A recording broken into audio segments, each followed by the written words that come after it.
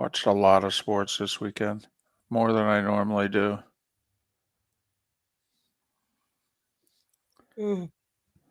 Watched a lot of college hockey.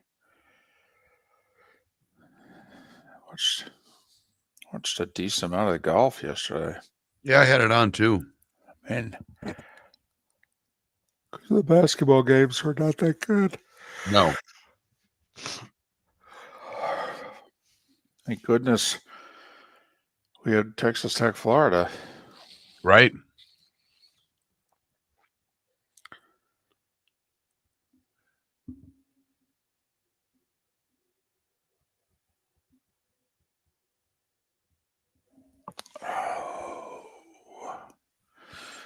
What's up, Tim? Morning, everybody.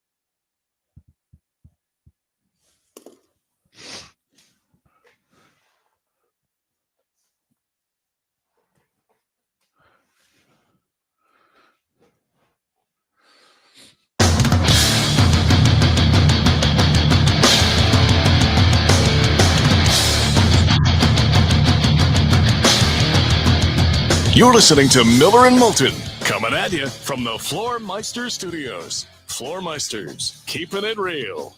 And now, here's Mark Miller and David Moulton.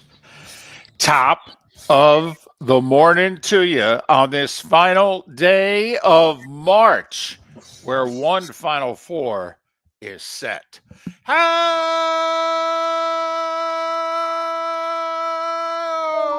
the heck are you, Miller and Moulton? MillerandMoulton.com, Miller_Moulton on X. Hope you had a great weekend. Thanks for starting your week off with us. We always appreciate it. Top of the morning to you, Mark. How are you? How was your weekend? My weekend was good. Had a very nice weekend, but I'm tired this morning. We had a little Michigan State party at the house yesterday. My cousin and her husband and her family are all in town from Michigan, so they came over. My mother and my Aunt Renee were there. It was my Aunt Renee and my cousin's husband's birthday. My cousin's birthday is today. So we had a rather large celebration, played some cards, watched some basketball, ate some food, maybe had a couple of adult beverages. Was the party dependent on the game or no? Well, I mean, we were all there to watch the game, but no one was breaking chairs because Michigan State lost. But it was outside of the result of the second game, it was a great day. Okay, good. Yeah, I was just wondering how the party was going when it was 23-8 Auburn. That's all. I mean, you start there, huh? Well, I'm just asking questions. That's all. I'm just doing some R&D. Uh-huh. That's all. Listen, at least you had a party. At least you saw people. All right. I mean, I saw my granddaughter. I mean, that was, saw my daughter and granddaughter. It was a raucous weekend over in the 904. Don't kid yourself. Yeah. But listen, thank goodness that we got Texas Tech and Florida, or else that basketball weekend would have been lost. I mean, seriously. I mean, Duke, Houston, Auburn, they all kind of stiff-armed their opponents. Yeah, Alabama was down 7 with 7 minutes to go. Yeah, whatever. I mean, if you were watching that game, did you think Alabama was going to win? No, you didn't. No. This just in, Cooper Flagg's pretty good. Yep. Duke's pretty good. Yeah. And I don't know, and I text this to you over the weekend. I don't know if there's ever been a better team throughout, and they've done it for years. You give Duke a second opportunity. If they get on the offensive glass, I don't know of a team that's more effective scoring three-pointers with second chance points than the Duke Blue Devils. They make you pay. And seemingly they always are able to find the guy open when they get those offensive boards to hit those big threes. Duke Houston is not going to be a pretty game. Duke Houston has a chance, depending on how they officiate it, of being Heat Knicks in the late 90s. Houston would really like that.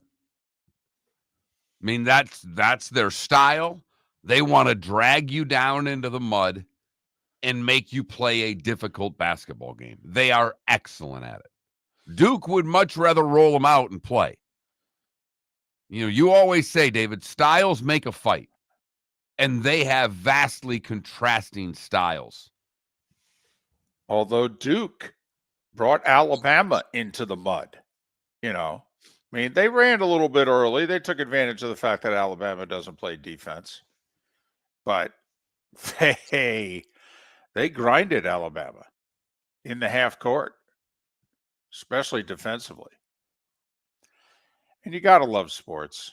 I mean, Alabama's 25 of 51 shooting the three in the Sweet 16 game against BYU.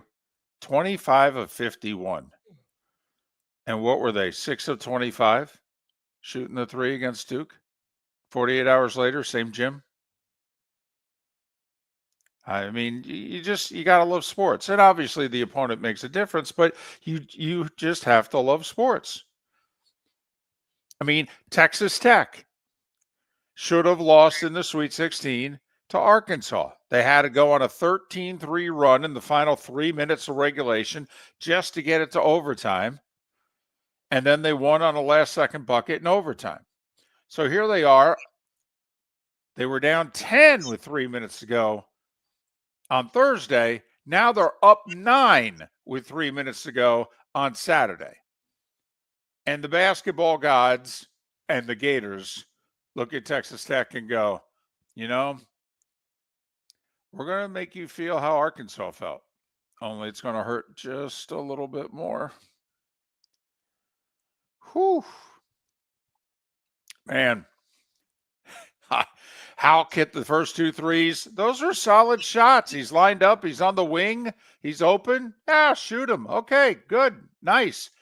Man, those Clayton threes, that was like playing against Steph, to be honest with you. That's just like, wow, you're going to shoot this? Bang. Holy blank. You're not going to shoot another one, are you? Bang. My goodness, you weren't even facing the basket when you were winding up to shoot that one. That kid's something. He is. That had the ability to seize the moment. And you have to love a player that when it's clutch time, they raise their game. Yep. And he seemingly has found the ability to raise his game in the final 6-7 minutes here several times in this tournament. And in the season, for that matter. And then he and they are perfect at the free throw line to ice it when Texas Tech had their 2 leading scorers at the line with little over 2 minutes to go, shooting the front end of 1-and-1s. The one guy's an 83% free throw shooter. Not in that moment, he wasn't. Those 1-and-1 free throws. I love them, David. The front end of the 1-and-1, that's the pressure. And can you match it? And Texas Tech could not. And then the Gators, who couldn't shoot for large stretches of the game, hit 4 in a row when it counted. Let me tell you. Damn. So. And then there's Auburn, who everybody counted out before this whole tournament began. Lost 3 of 4 coming in, and they were the consensus pick of the 1 seed that was not going to make the Final Four. Right. Well, they were the consensus if a 1 was not going to make it. The first one to lose was going to be Auburn for sure. And you know what, Mark? it still could be the first 1 seed to lose in the tournament You're being right. Auburn, because Florida-Auburn is the first semifinal on Saturday. You're right. I stand corrected. They could be the first 1 seed to lose. But the SEC gets 2. They get them both on the same side. So the SEC will be represented in the title game, which is kind of fitting. It was that kind of a year after all.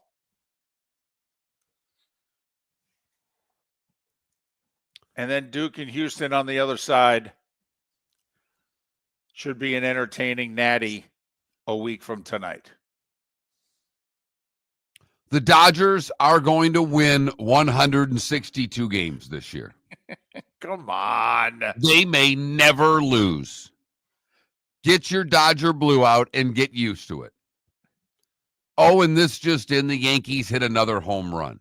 Boy. How about their start on Saturday? You mean 3 pitches, 3 homers? Yeah. 4 in the first inning, 9 for the game.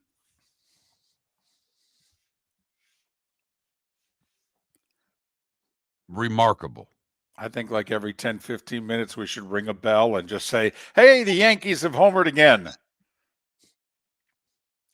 But are they cheating? And are they not alone? Ah, the phrase of the day, torpedo bats. That is the phrase that pays, ladies and gentlemen. Every time you hear it, you call in and you win. No, that's a real radio station. That's not us. But the phrase of the day, Mark, torpedo bats. They're softball bats, aren't they? Yeah. I was going to say, we've all seen them before. We just haven't used them to play hardball with. So now we're using them to play hardball. Oh, okay. Are we allowed to do this? Is this like the tush push? Is this legal? What? Torpedo bats. Yep. Sounds like a bad band name. Sounds like an opening band name, doesn't it? Right. Sometime in the late 70s, Kansas on tour with Torpedo Bats opening. We'll get into that a little bit later on in the show. Torpedo bats, what's it all about? Is it legal or not? Scott Reinen will join us to talk about that. But a full weekend. Lot going on. Some good sports actually going on. In fact, I could argue there were a lot of other sports that were better than the men's tournament. We got a lot to sink our teeth into. There was plenty that happened over the weekend. And you are right. A lot of it not around college basketball was maybe better than what happened in college basketball. Ovechkin inching closer to Gretzky's record. Will he get it by the end of the regular season? Getting closer. Yes, he is. 890. 890. Gretzky's at 894. And will he play the final game because of a risk of injury? So does he have the full season left or not? His last 2 games, Mark, are on the road. Because you and I are both convinced if they were home, they'd have to play him. Well, I have to be honest, David. I don't know of anybody that's talking about sitting out Ovechkin other than you. I've not read it. I've not seen it. Hockey players don't sit out. I don't know where you are on this one, and I don't know why. He's not sitting out. Okay. They don't do that in that sport. Okay. So I don't think it's a possibility at all. I think Ovechkin plays every regular season game, and maybe he gets it. The starting 5, 25 minutes away on Miller and Moulton. Miller and Moulton are very grateful to you, the listeners, for making us one of the highest rated shows for men, because the working man is one of the toughest demos to reach, and we do. Great sponsors like Floor Meisters, American Paint Supplies, Glass Doctor, Sleep Treatment Direct, Game Day Men's Health and Molly Maid recognize that, and we thank them. And if you own a business and working men are your clientele, the most cost-effective way to reach them is through us. Text Miller and Moulton at 21,000 or directly via X at that Mark Miller or the David For Moulton. over 50 years, the Nolan family has been dedicated to protecting local families. Nolan Family Insurance is a second-generation independent agency that specializes in home, flood, auto, and boat insurance. They take the time needed to explain your coverage options and answer your questions so you can make an informed decision that's right for you. If you're looking for an agency that treats you like family, call 941-639-1122 or go to nolanagency.com. That's 941-639-1122 or nolanagency.com. American Paint Supplies, for nearly 30 years, is your one-stop shop for all your coating needs. If you are a designer, a contractor, a professional painter, or a weekend warrior, American Paint Supplies is the place where experts go to get expert solutions. At 6100 Shirley Street in Naples off of Pine Ridge, American Paint Supplies delivers the best solutions with the best products with the best support. Meet Gene and his team today at American Paint Supplies. Call 239-566-2700. That's 566-2700 or online at AmericanPaintSupplies.net. Basketball's heating up the hardwood. What a great time to stop in at the Floor Meisters and look at their hardwood. A large selection to choose from, including Mirage hardwood flooring. Floor Meisters has a look and style you want. Mirage wood is grown and made in Canada from the finest quality wood flooring you'll find. And while you're in, ask to see the Petite Enfant collection. 5 custom colors made only for the Floor Meisters. So good it has a 35-year warranty. Floor Meisters, 6281 Naples Boulevard, next to Costco, or floormeisters.com. This is Miller and Moulton.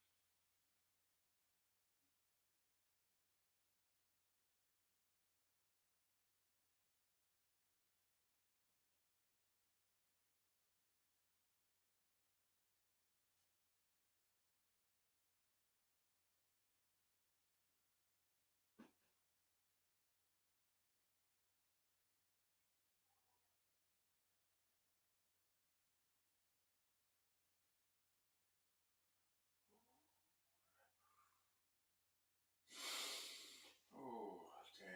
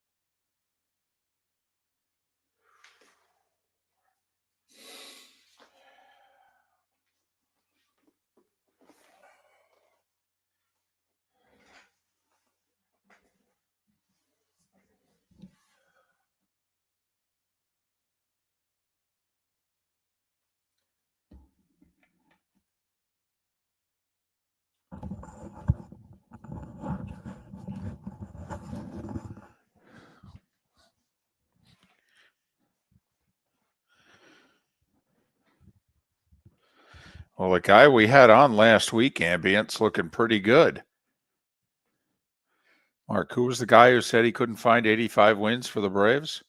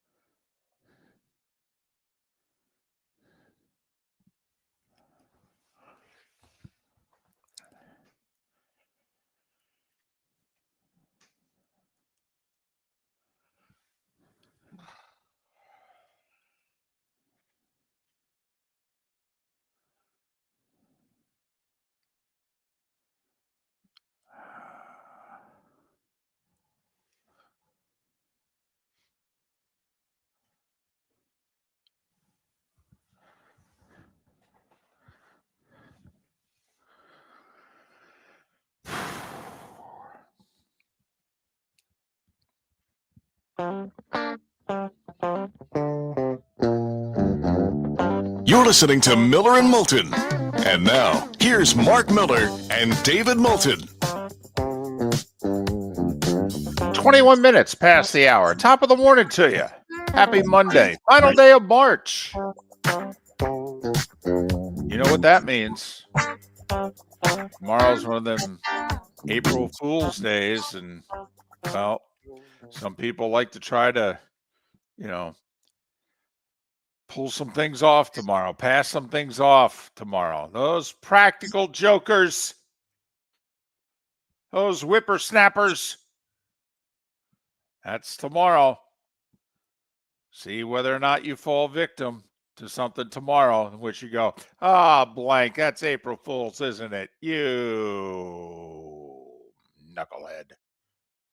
Work on getting the daughter to get mom in the morning. I usually give a good plan for the daughter to try to make my wife's day miserable to start. Can she execute it, or does she, She can execute. Okay. She can execute. For as close as she is to mom, she has no problem pulling off the April Fool's prank on mom? No, not really. She is her father's daughter, after all. Okay, that's good to know. That's good to know. It's always funny, isn't it? The characteristics that they take from us. Okay, and some of them, the wife or, girlfriend, ex-wife, whatever, will look at you and go, it's your kid. And they kind of mean it as, she's your kid, and they mean it as a compliment. And then there's the stuff that they turn to you and they go, oh, she's your kid. And they don't mean it that way. No, you're right. It's a shot. It's like, yeah, see what you've done? See what you've done. Yep. You had every opportunity to raise this child properly, and look what you've done. Right. All the stuff that I have put in front of her, and she chooses to go with you. Great. That's fantastic. That's really going to be to the betterment of society at large, isn't it? Yeah. Way to go, Dad. Miller and Moulton. So, not that anyone's paying attention to this tournament this year, but if you think about it, we have 6 1 seeds through to the Final Four so far. 4 on the men's side, 2 on the women's. Now, it'll be a shock if we get 2 more on the women's because, well, the best player in the tournament blew out her ACL. And, Mark, we have a 1 seed that's a 13-point underdog tonight. That's unusual. Because it would have been the matchup we were all looking forward to. Yep. Paige against Juju. And there's no Juju. I have not watched well, it's not true. I turned on the Oklahoma FGCU game because it was 8 points heading to the fourth quarter. And Oklahoma blew their doors off quickly. That's the only women's basketball I've watched of this tournament. Yeah, I've watched a decent amount, I must admit, even though there have been very few upsets, but there were 5s and 6s and, in some cases 3s that were given the 1s and the 2s much better games than they've given them in the past, but we're still not at the point yet where they win in most cases. I know Connecticut was in a 1-point game in the first half with Oklahoma, ended up winning by 23, I think. Right. In fact, I think they were down 5 at the half against Oklahoma and blew them out. Right. So South Carolina was trailing going to the fourth yesterday against Duke on the women's side. And they were in a tight one in the Sweet 16 also. But so you got a couple of women's games tonight if you are so inclined. First weekend of the baseball season. How many of you watched? How many of you watched? How many of you checked out the Rays outdoors? What Steinbrenner Field looked like? Mark, here's what I took away from the Rays weekend, where they took 2 out of 3 from the Rockies. it's going to be a long year for Stu Sternberg because they're showing up with signs and they're chanting, and none of them are good, and it's all towards him. And that's at the start of the year when, hope springs eternal. There's optimism. It was a gorgeous opening day on Friday. Remember, the Rays and Rockies were the only two teams who didn't play Thursday. So their home opener was 3 in the afternoon on Friday. I mean, it was gorgeous. I mean, the Rays have literally never had a home opener like that. It was outdoors. It was like 83 degrees, no humidity. It was perfect. And they're The chanting, guy hits a home run for a walk-off. right. His first ever walk-off home run. And they're chanting, sell the team, sell the team, with signs that simply say sell, that they brought to the ballpark. I'll be curious for how long they're going to allow these signs. Because you were allowed to bring the same signs on Sunday that you brought on Friday. So I'll be curious if the Rays continue to just, take it in stride. If Stu continues to just take it in stride. It will be interesting. But the fact of the matter is that did they get sellouts all weekend or no? I don't know if they were technically sold out. They might have been walk-up sellouts. I didn't think Saturday was sold out Saturday morning. Doesn't mean, I think they got there for all three. So I think they had 3 sellouts. Well, it's only 10,000 and change, but right. They had 3 sellouts. But they are jacking up the prices on as many of the tickets as they can because obviously they're trying to make up as much revenue as they can. But, you got the Yankees and the Dodgers who are unbeaten. Huh?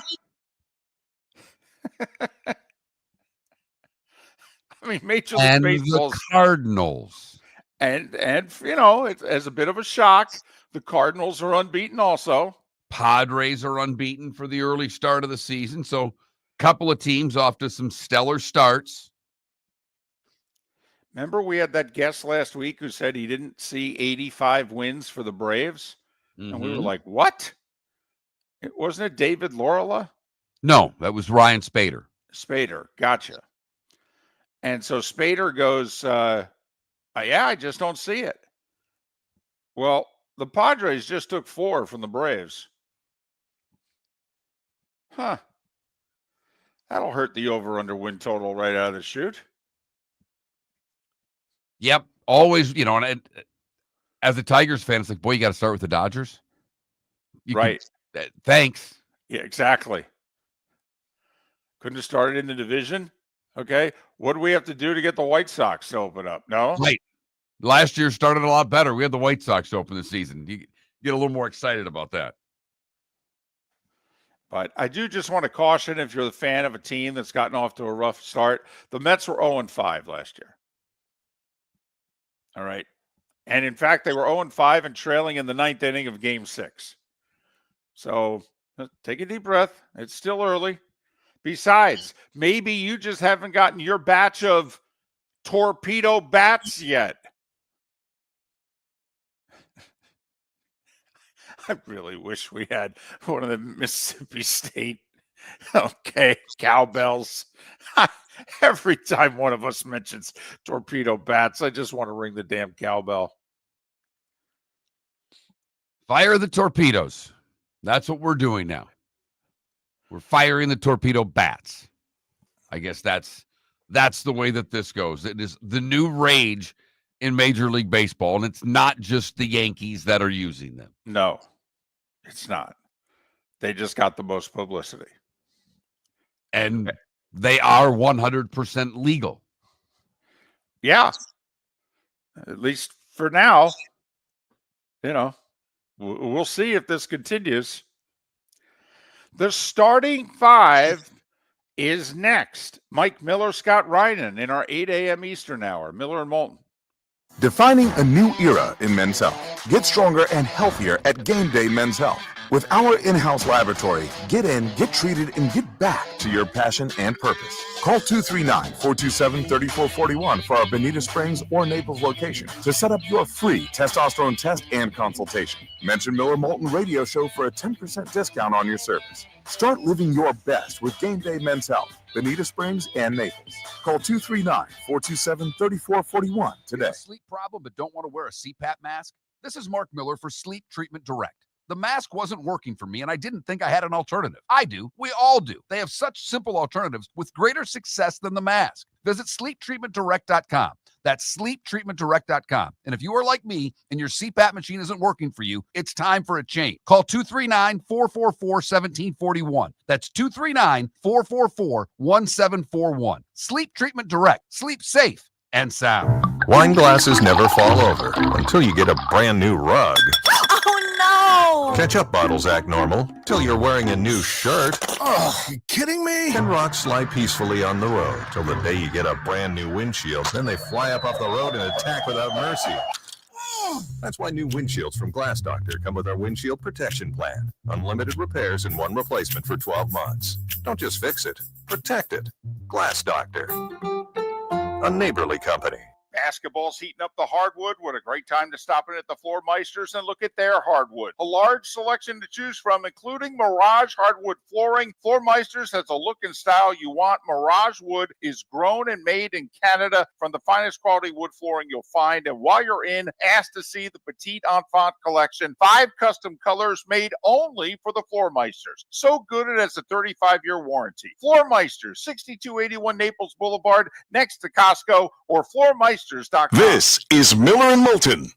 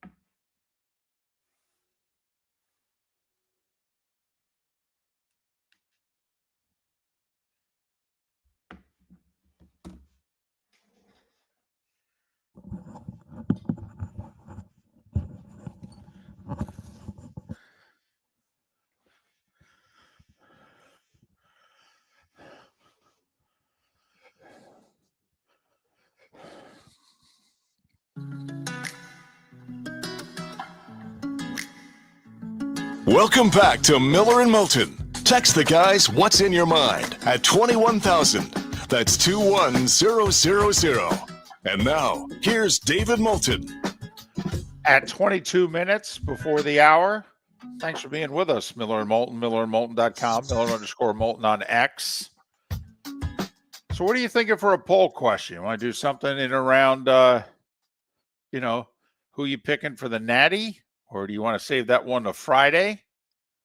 It's not like they're playing a lot of games between now and then. I don't know. We could go that direction. I didn't really look at if we have any fun days today to take a poll question from. I think 44 years ago today was the last consolation game in the NCAA tournament. Does anybody want to see a return of a third place game? No. Consolation, that is one that I think we're all comfortable with going away. I mean, they still have the World Cup still plays a third place game. Right.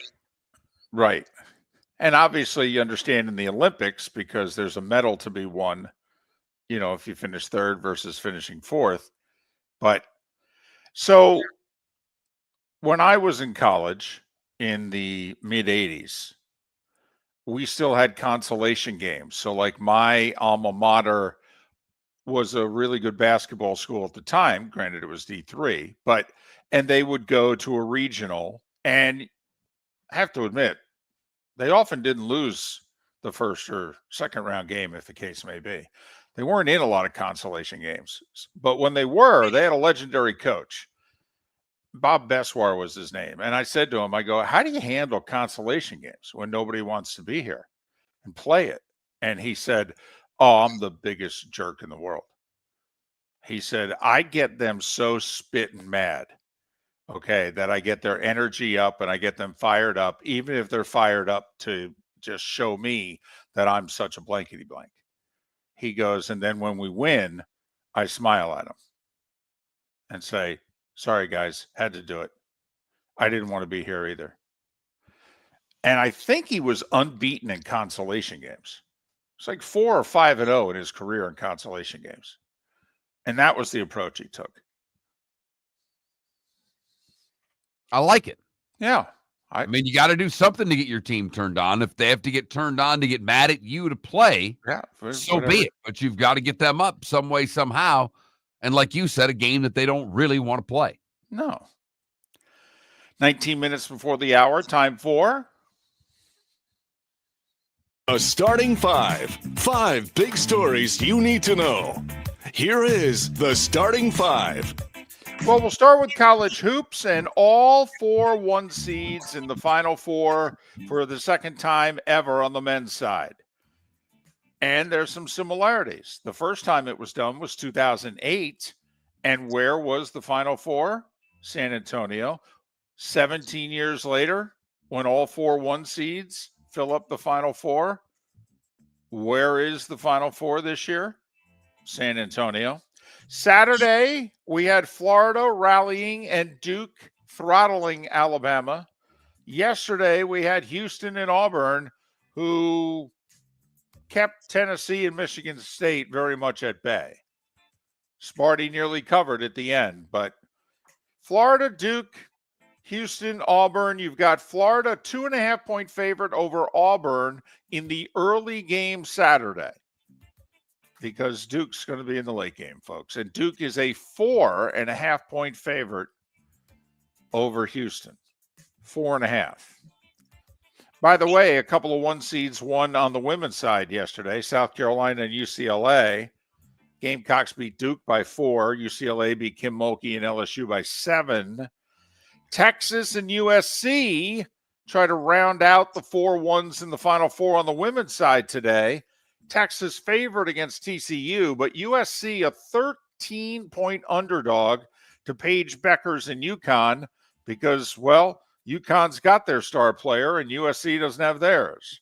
Juju Watkins out with a torn ACL a couple of games ago. Beckers, by the way, with 40 in the Sweet 16 win over Oklahoma. 40. Women's Final Four, oh, by the way, is in Tampa Bay. So there. One other college basketball note, and boy, this is a shocker. No one saw this coming. Kevin Willard left Maryland for Villanova. What? Wow. How did that happen? So now Maryland, I will say, first rumor concerning Maryland is an interesting one. It's Nate Oates of Alabama. And before you go, well, that doesn't make any sense. Nate knows he's at a football school. And Nate's concerned about how the $21 million in NIL is going to get divvied up. And Nate knows he's probably going to get more money at Maryland than he is at Alabama. So now this could just be a negotiating ploy for Nate Oates. But the first rumor about the Maryland job was actually Alabama's Nate Oates. I found that very interesting. College hockey. Yesterday, Penn State in overtime over UConn in one of the better college hockey games I've ever seen, 3-2. And Denver, trying to repeat as national champs, took out the number one team in the country, Boston College, 3-1. Your Frozen Four in St. Louis in a week and a half. Penn State and Boston University, BU beat Cornell in overtime on Saturday. And Denver against Western Michigan. The Broncos, the only one of the top four seeds to make it to the Frozen Four. I got to admit, Mark, they do some crazy things in college hockey. Like Maine was the top four national seed and the one seed in the bracket that had UConn and Penn State, and I forget who the other team was in that region. Yeah, the regional was in Allentown. Maine was actually the furthest school from the regional site. Penn State was 160 miles. UConn was like 200. Okay, it was like, aren't they supposed to have an advantage for being one of the top four overall seeds? Anyway, NHL, big loss for the Panthers. At home to Montreal 4-2. First off, big win for the Canadiens. They're now tied for the final playoff spot. Huge win for Montreal. But they have a game in hand on the Rangers. So right now, Montreal would go. Meanwhile, for Florida, they're now tied with Tampa, but they've played one extra game, and they have the fewest regulation wins between Florida, Tampa Bay, and Toronto. Throw in the fact that the Leafs beat Anaheim 3-2 last night. Toronto's got a 3-point lead on the Lightning, but they've played one more game. And the Lightning are tied with the Panthers, and the Lightning have played one less game. Lightning, by the way, own the regulation wins tiebreaker over everybody. So if you're a Lightning fan, it's unlikely. But if you win out, you're probably going to win the division. Buffalo beat Washington 8-5. Nobody cares, except Ovechkin scored. He also had two helpers. Ovi with 890. 4 behind Gretzky, 5 away from owning the all-time record. Sidney Crosby scored his 27th. 1-0 Penguins in overtime over Ottawa. Ottawa safely in the playoffs. Or it looks like it. They'd have to damn near lose out. Carolina beat the Islanders 6-4. Islanders 3 points behind Montreal for the final playoff spot in the East. The Hockey Club of Utah, they've had a really good season. They're not going to make the playoffs, though. They beat Chicago 5-2. They are 9 points back of St. Louis. Mark, remember when St. Louis hired the coach that Boston fired? Yep. Yeah, they've won 9 in a row. Yes, they have. Have the Blues. They may even be the first wild card when all said is done. They're tied with Minnesota with 8 to play. Winnipeg beat Vancouver 3-1. Canucks are 6 points behind Minnesota and St. Louis for a playoff spot. And the LA Kings set a record for most home wins in a season. They beat San Jose 8-1. They're 2 points ahead of Edmonton to have home ice in that first round series against the Oilers. It'd be the fourth year in a row those two teams are playing in the first round of the playoffs. NBA, there was a fight. Well, if there was a fight in the NBA, doesn't it by law have to involve the Pistons? It does, David. Minnesota It kind of beat Detroit. spilled into the crowd. It wasn't, no fans were involved, but the fight definitely spilled into the stands, if you will. T-Wolves beat the Pistons 123-104. 7 players and coaches ejected. Knicks beat Portland. Cleveland won their 60th. It's the only time they've done it without LeBron on the team. They edged the Clippers 127-122. LA's the 8th seed in the West. Remember when Phoenix had won 4 in a row, Mark? Yeah, they've now lost 3 straight. They got beat at home by Houston by 39. At home, 148-109. Houston right now is the 2 seed out west. Well, Durant did leave the game early with an ankle injury, so. I know, but they lost by 39. Golden State beat San Antonio in San Antonio by 42. Not that teams are mailing it in the NBA. I'm not saying that at all. Atlanta beat Milwaukee in Milwaukee by 21. This is the Bucks without everybody but Giannis. This just in, they're not that good. Atlanta's the 7th seed by half a game over Orlando. Milwaukee's fallen all the way to the 6th seed. And late Friday, Memphis fired their head coach, Taylor Jenkins, which is kind of a surprise considering they were like tied for the 4th seed when he got fired. They're now the 5 seed in the West. Golf, it was a busy weekend. Australian Minwoo Lee held off Scotty Scheffler and Gary Woodland to win the Houston Open by 1. It's the Aussies' first ever PGA Tour win. Also in men's golf, on the DP World Tour, Spain's Eugenia Chicara is 25 years old. He won the Indian Open. What's relevant about this is that he went from Oklahoma State to the LIV Tour 3 years ago, won on the LIV Tour, then left the LIV Tour, and is trying to earn his PGA Tour card by playing on the Asian Tour and the DP World Tour. And he won yesterday, which is a big step towards getting his PGA Tour card. LPGA, American Lilia Vu had a 4-shot lead, and she got chased down by Hooju Kim. They went to a playoff, and Kim birdied the first hole to win the Ford Championship in Arizona. Who? Ju Kim. Thank you. NASCAR, they were in Martinsville. Denny Hamlin led 274 of the 400 laps on his way to the win. Christopher Bell, who's already won 3 times this year, finished 2nd. Bubba Wallace 3rd. Ross Chastain 6th. And Joey Logano couldn't badmouth them enough after the race.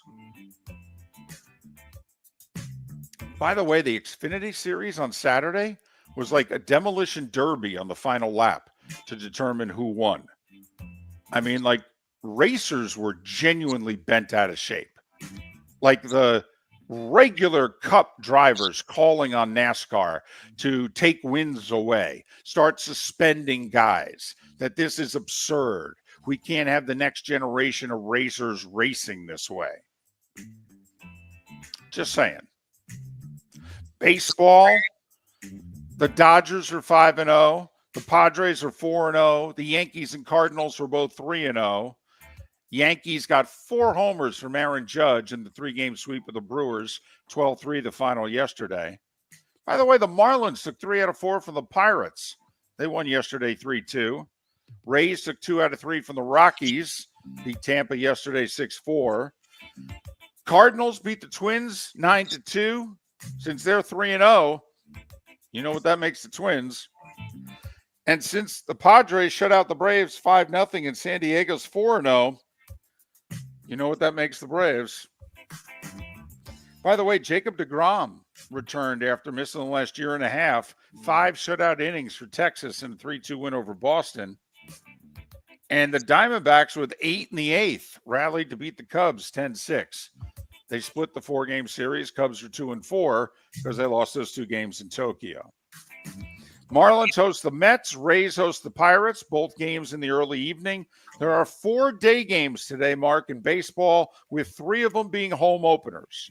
Brewers, Orioles, and Phillies, all with home openers today. And at 7 minutes before the hour, that was the starting 5. 5 big stories and home openers that you needed to know here on Miller and Moulton. So the baseball season's off and running. As David mentioned, we've got 4 undefeated teams. The Dodgers may not lose this year. Take it easy. And I don't even think they're using their torpedo bats. American Paint Supplies, for nearly 30 years, is your one-stop shop for all your coating needs. If you are a designer, a contractor, a professional painter, or a weekend warrior, American Paint Supplies is the place where experts go to get expert solutions. At 6100 Shirley Street in Naples off of Pine Ridge, American Paint Supplies delivers the best solutions with the best products with the best support. Meet Gene and his team today at American Paint Supplies. Call 239-566-2700. That's 566-2700 or online at AmericanPaintSupplies.net. Mark Miller for Molly Maid. Why Molly Maid, you ask? Trust. Moulton was a customer for 15 years. Affordability.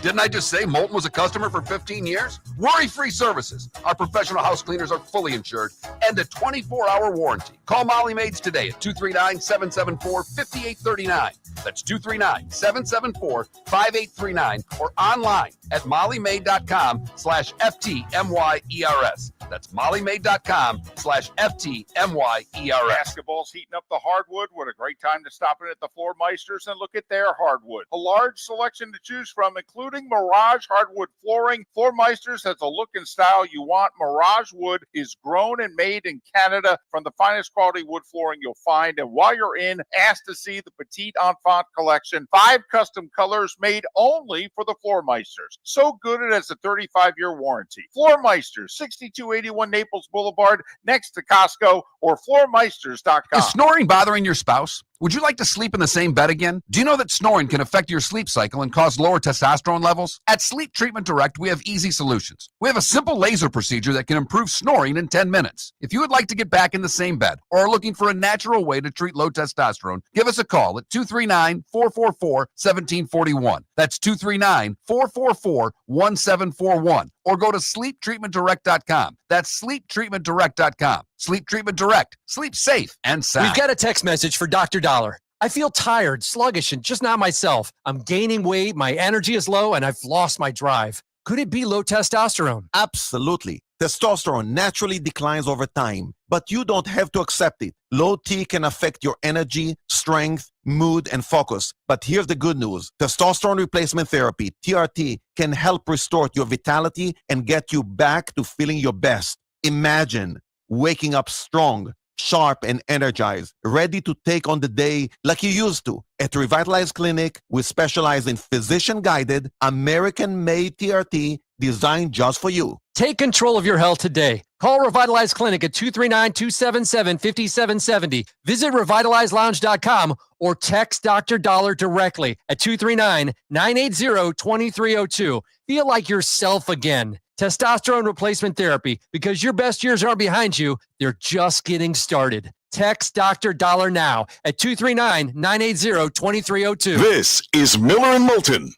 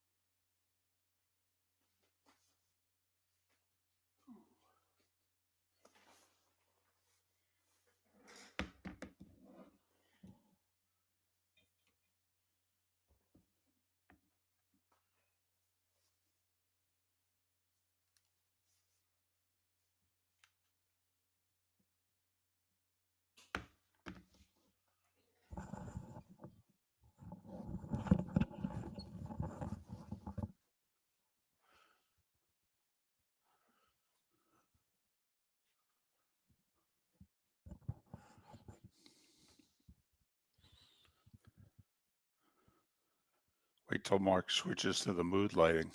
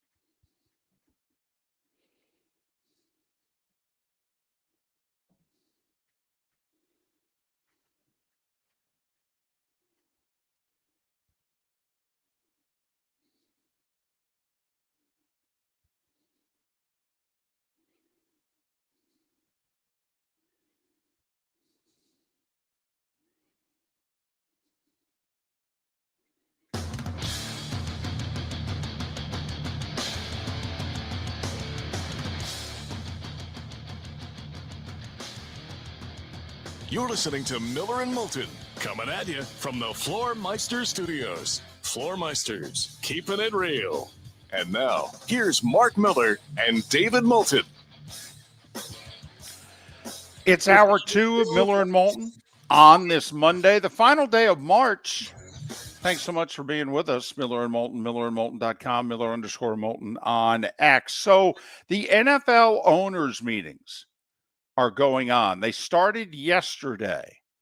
They're in what, I don't know, is it West Palm or Palm Beach? Or, Palm Beach. Okay.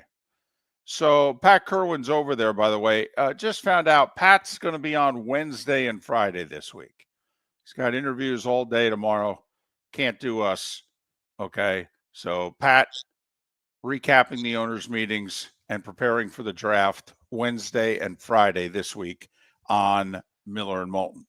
But Mark, we don't have a whole lot of confidence in the competition committee. We don't think that they ever do anything. Well, Unless- they typically don't do anything unless they recommend it. If something is recommended to the competition committee, they squash it. If the competition committee comes up with some new rule, then it generally gets pushed through. So it's why, and a vote has not been taken yet. But the thought was when the Packers were the team that put their name on the elimination of the tush push, the thought was there was not enough support to ban it. You need 24 of the 32 ownership groups. You need 75% to vote for or against something. And the thought was that there weren't 24 votes to ban this. I mean, Sirianni even joked in which he said, now hold on a second. I got coordinators in Dallas, Indianapolis, and Arizona as head coaches. We better at least have 4 good votes for this. And that was funny. All right, that's funny. Well, there's apparently a growing sentiment that they may ban the tush push. Yeah, that the committee there's rumors that the committee is in favor of banning the tush push. So the competition committee has apparently changed their mind. And now they're thinking that the tush push should be illegal. There was yesterday an animated conversation in the hallway outside the ballroom where they were having their discussions between the Eagles GM and assistant GM and Sean McVay and Sean McDermott. After the animated discussion and after the competition committee meeting, Cowboys co-owner Stephen Jones was quoted as saying, "We don't allow pushing and we're trying to be consistent with our rules." So maybe we've seen our last tush push? it appears that we're heading in that direction. Now, the one thing I will say, when you're hearing about animated conversation outside of rooms, do they have the 24 votes necessary? Right. How close are they? And obviously the Eagles are taking this personally, and their fans are taking it personally as well. And there is seemingly nothing that anyone can say to convince them that this is not directed at you, even though you're the ones that now run this more so and more effectively than anybody else. I mean, and the only thing I would say to an Eagles fan, and, we've got one of them who's already been out of shape in the Twitch chat room, Empire. And I would say, Empire, can you just tell us what is the difference between assisting the runner across the goal line and assisting the quarterback to get the first down? Because one is clearly against the rules and not allowed. So why should the other be allowed? That's my thing. When I first saw it, I went, well, that's creative. I didn't realize that was legal. And for 2-3 years now, it's been legal. And you got enough people in the NFL going, what's the difference in how you assist the runner? I mean, pushing and pulling, dragging, carrying, whatever the case may be, right. You're assisting the runner. And it's not just the tush-push play. It's when a guy has a 4-yard carry and gets stood up by the defense, and then 2 linemen come in and start pushing him forward. Right. We want them, if they're going to go this far, they got to stop that also. Absolutely.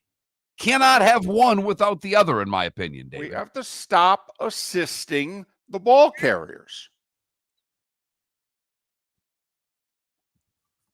So we'll see what comes of, these owners' meetings. I mean, there's been a lot of politics, hijinks in the past. I mean, the owners have waited till the coaches go to play golf, and the competition committee and the owners have passed things that the coaches were dead set against. So, I mean, funny things happen at these get-togethers. So we'll see if anything else, comes of it. Vote is on Tuesday, for what it's worth. They are not voting on these proposals today. They will do that tomorrow, for what it's worth. And we'll obviously keep you updated. And as David mentioned, Pat Kerwin to recap everything from the NFL owners meetings on the show Wednesday. I mean, to an Eagles fan, I ask you, do you really think it's because it's your team? I mean, really? Like, name another good team. Name another good team. I mean, you think people would feel differently about this if it was the Ravens? You think people would feel differently about this if it were the Lions? I mean, to be brutally honest, in league circles, your owner is very popular, very well liked. Your organization is highly respected in league circles. I mean, you're not an ownership group and an organization that has alienated the league at times in the past. It's just whether or not this is a football play. That's what it boils down to. And when you throw in the fact that players who, I think Jason Kelsey is part of the reason why this would get banned. No one did it better than he at center, and he says, I hated the play. It's a brutal play on me, physically. Now, I'm not even bringing up the whole player safety thing. And Mark just mentioned it there because that's like the icing, to be honest, because Miller and Moulton don't believe that the NFL gives a damn about player safety. And we don't. We think it's all lip service. It was all done to avoid the concussion lawsuits from 10 years ago. And, by then they had already decided they were going to do what they were doing with the kickoff. And the only reason now they're trying to do different things is because Goodell is like, I want the kickoff return to the game. And the obvious thing would be, well, go back to doing it how they do it. Well, we can't do that because of player safety. Wait a minute. Player safety? When the hell did we start caring about player safety? Which is another reason, by the way, Mark, sidebar. What you've been saying now for a while, which is they kick off from the 30. And now that we have the way of doing kickoffs that we have, what difference does it make if the kicker's kicking from the 25 or the 20? The guys lining up are still lining up in the same spot. Exactly. They're getting the same running, non-running start. So what difference does it make where None. the kicker's kicking from? Not one bit of difference, David. But now they're going to make sure that the kickers have to hit 85% kicks to ensure they don't go in the end zone and teams don't get the ball at the 35-yard line. So anyway, that's the drama that's coming out of Palm Beach. Is that right now, you wet your finger, you put it up in the air, try to read the proverbial tea leaves. Apparently, there is growing sentiment to get rid of the tush push.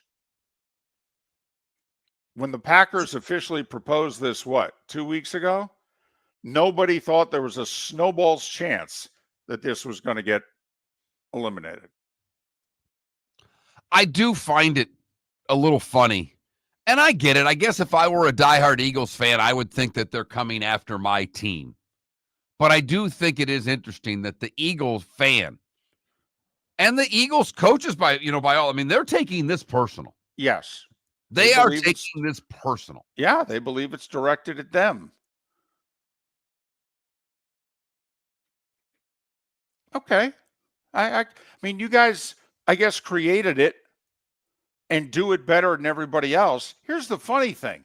You got the quarterback who can squat like 1,800 pounds or whatever it is.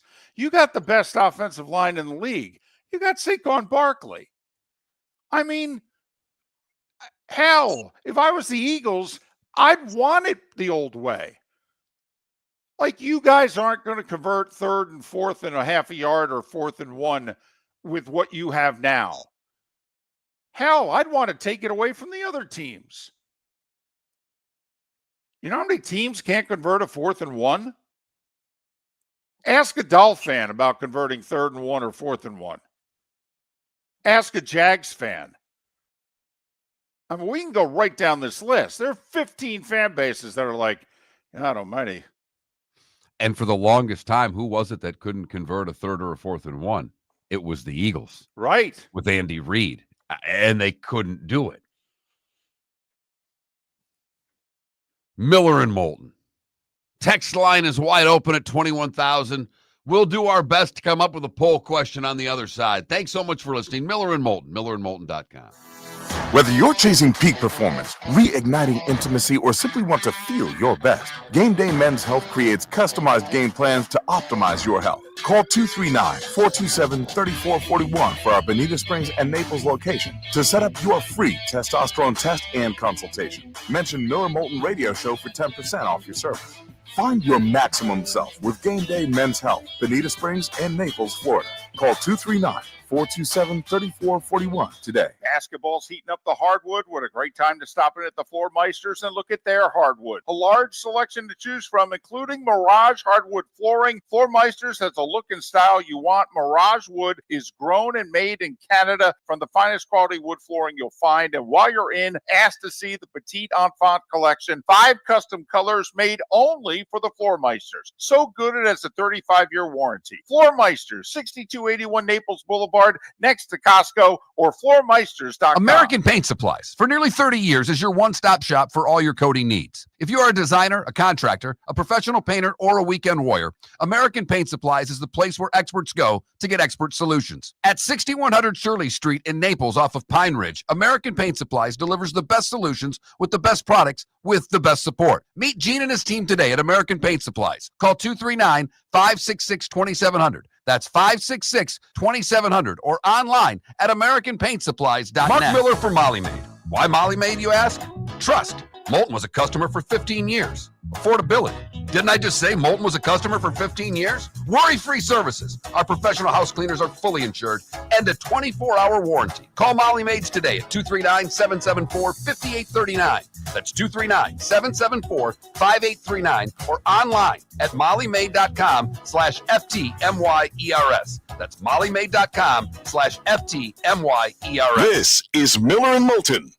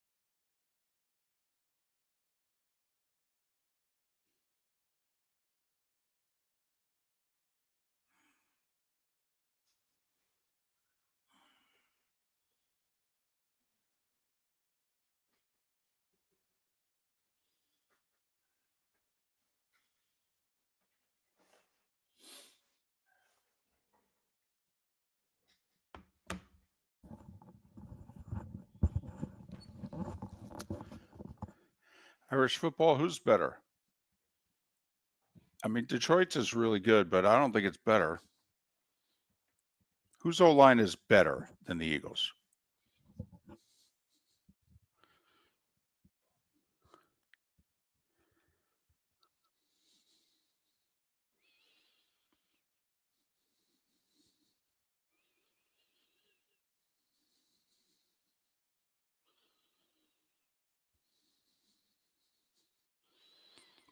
Broncos? That's a joke. A joke.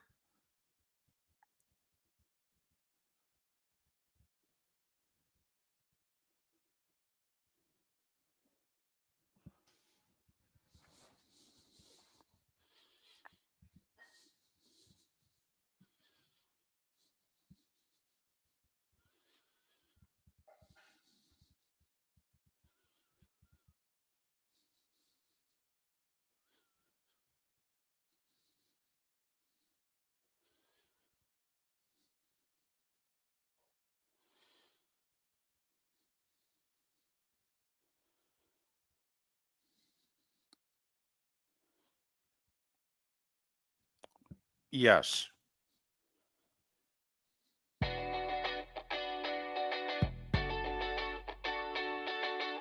You're listening to Miller and Moulton. And now, here's Mark Miller and David Moulton. 21 minutes past the hour. Miller and Moulton, millerandmoulton.com, Miller_Moulton on X.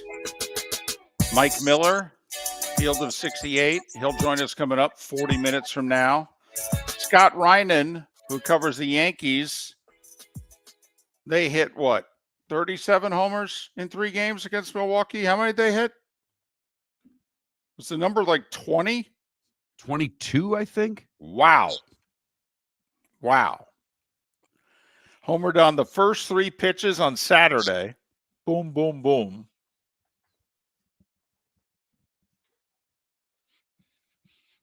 Judge hit 4 homers in 3 games.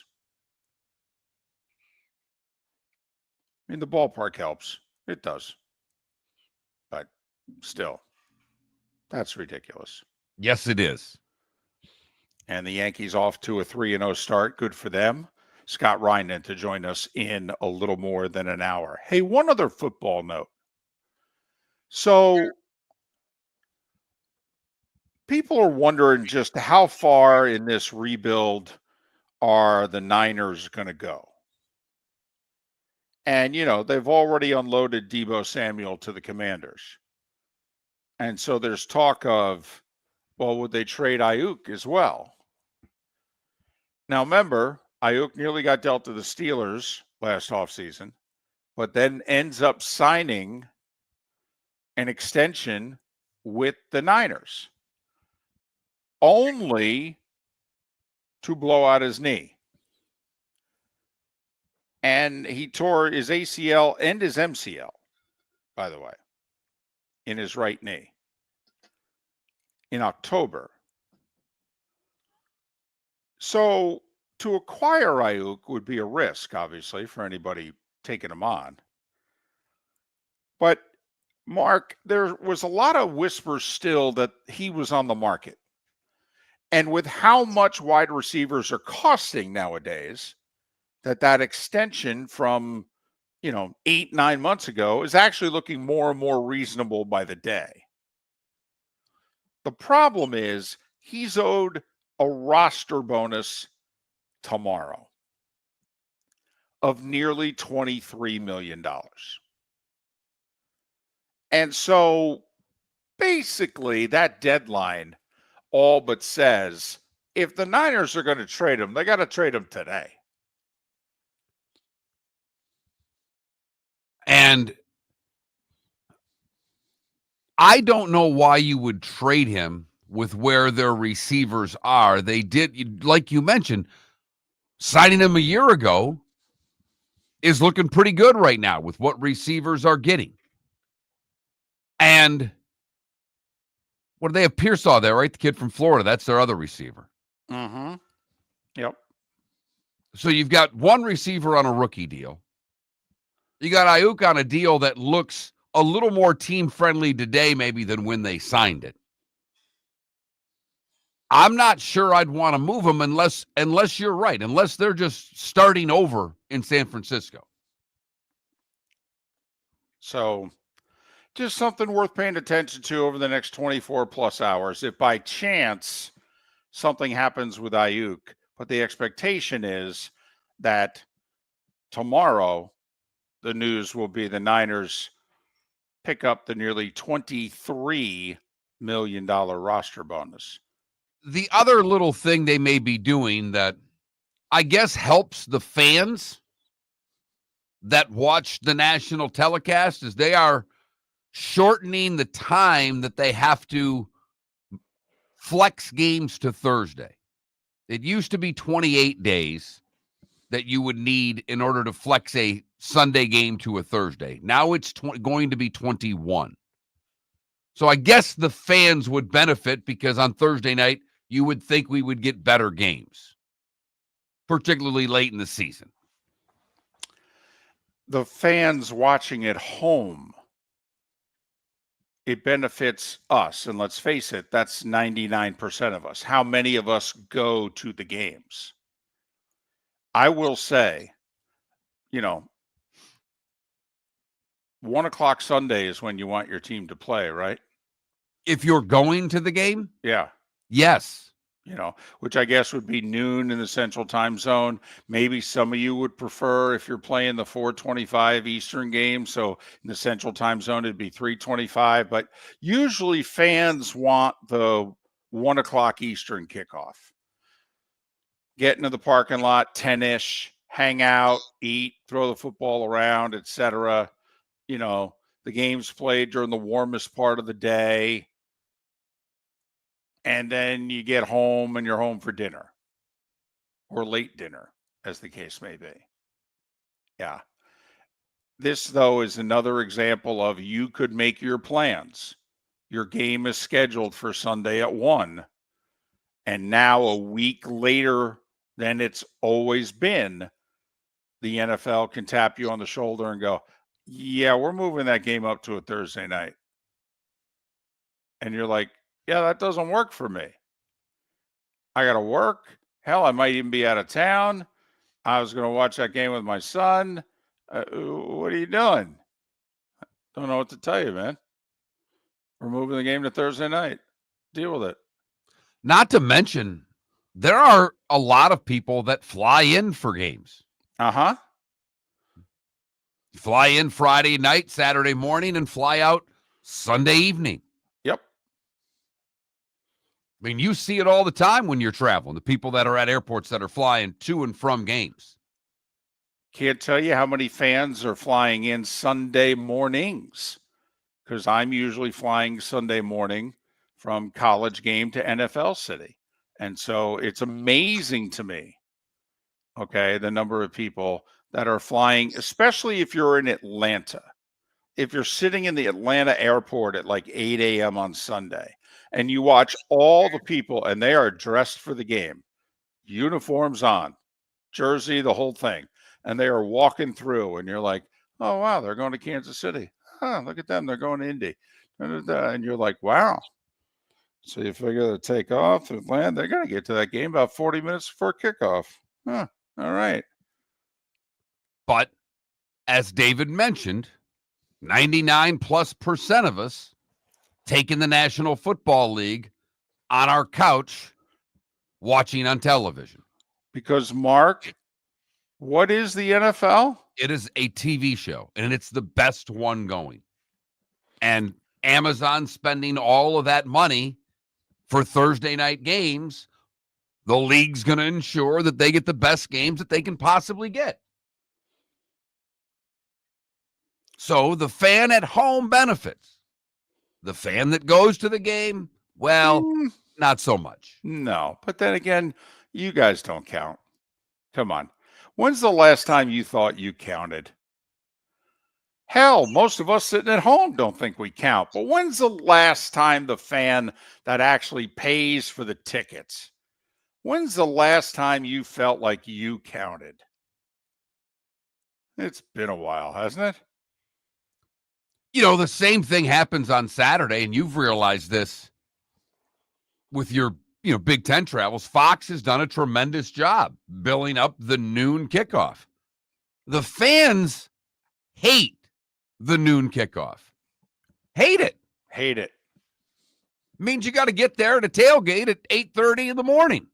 Your 2-hour drive. You're leaving when it's dark out to drive to your college football game. When we were doing the SEC on CBS, like one of the things that we would have these casual conversations with the league or with network executives. And we knew a big bone of contention was there's a 6-day and a 12-day notice. And so CBS would decide 12 days out, usually, what game they were going to air at 3:30 Eastern. Sometimes we would decide at 6 days out what game. Well, the entire rest of the ESPN schedule was waiting to find out what game we were choosing and putting at 3:30. So when CBS would hesitate, it literally meant the whole SEC schedule was on hold. And it was a bone of contention in negotiations. Like schools were saying, hey, CBS, how about you just kind of pick the games 3 weeks out? For over 50 years, the Nolan family has been dedicated to protecting local families. Nolan Family Insurance is a second-generation independent agency that specializes in home, flood, auto, and boat insurance. They take the time needed to explain your coverage options and answer your questions so you can make an informed decision that's right for you. If you're looking for an agency that treats you like family, call 941-639-1122 or go to nolanagency.com. That's 941-639-1122 or nolanagency.com. Wine glasses never fall over until you get a brand new rug. Oh no! Ketchup bottles act normal till you're wearing a new shirt. Oh, you kidding me? And rocks slide peacefully on the road till the day you get a brand new windshield. Then they fly up off the road and attack without mercy. That's why new windshields from Glass Doctor come with our windshield protection plan. Unlimited repairs and one replacement for 12 months. Don't just fix it, protect it. Glass Doctor, a neighborly company. Do you have a sleep problem but don't want to wear a CPAP mask? This is Mark Miller for Sleep Treatment Direct. The mask wasn't working for me, and I didn't think I had an alternative. I do. We all do. They have such simple alternatives with greater success than the mask. Visit sleeptreatmentdirect.com. That's sleeptreatmentdirect.com. And if you are like me and your CPAP machine isn't working for you, it's time for a change. Call 239-444-1741. That's 239-444-1741. Sleep Treatment Direct. Sleep safe and sound. American Paint Supplies, for nearly 30 years, is your one-stop shop for all your coating needs. If you are a designer, a contractor, a professional painter, or a weekend warrior, American Paint Supplies is the place where experts go to get expert solutions. At 6100 Shirley Street in Naples off of Pine Ridge, American Paint Supplies delivers the best solutions with the best products with the best support. Meet Gene and his team today at American Paint Supplies. Call 239-566-2700. That's 566-2700 or online at AmericanPaintSupplies.net. This is Miller and Moulton.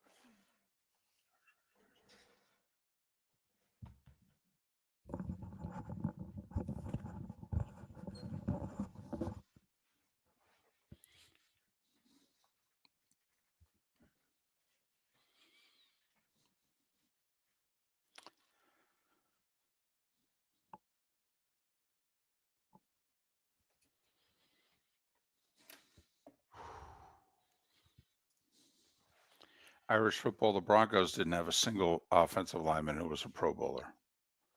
The Eagles had 3. And Jordan Mailata wasn't one of them. I mean,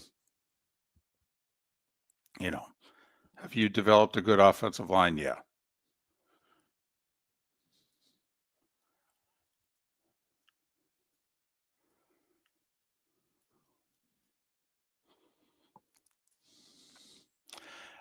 They weren't elected originally to the Pro Bowl. If they played in the Pro Bowl, it was because others opted out.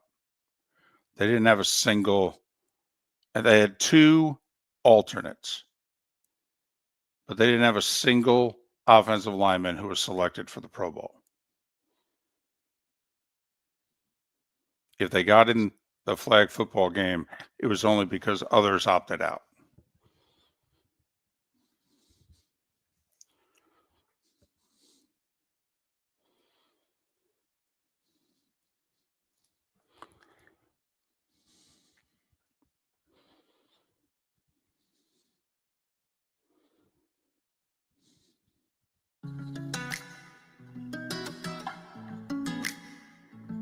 Welcome back to Miller and Moulton. Text the guys what's in your mind at 21,000. That's 21000.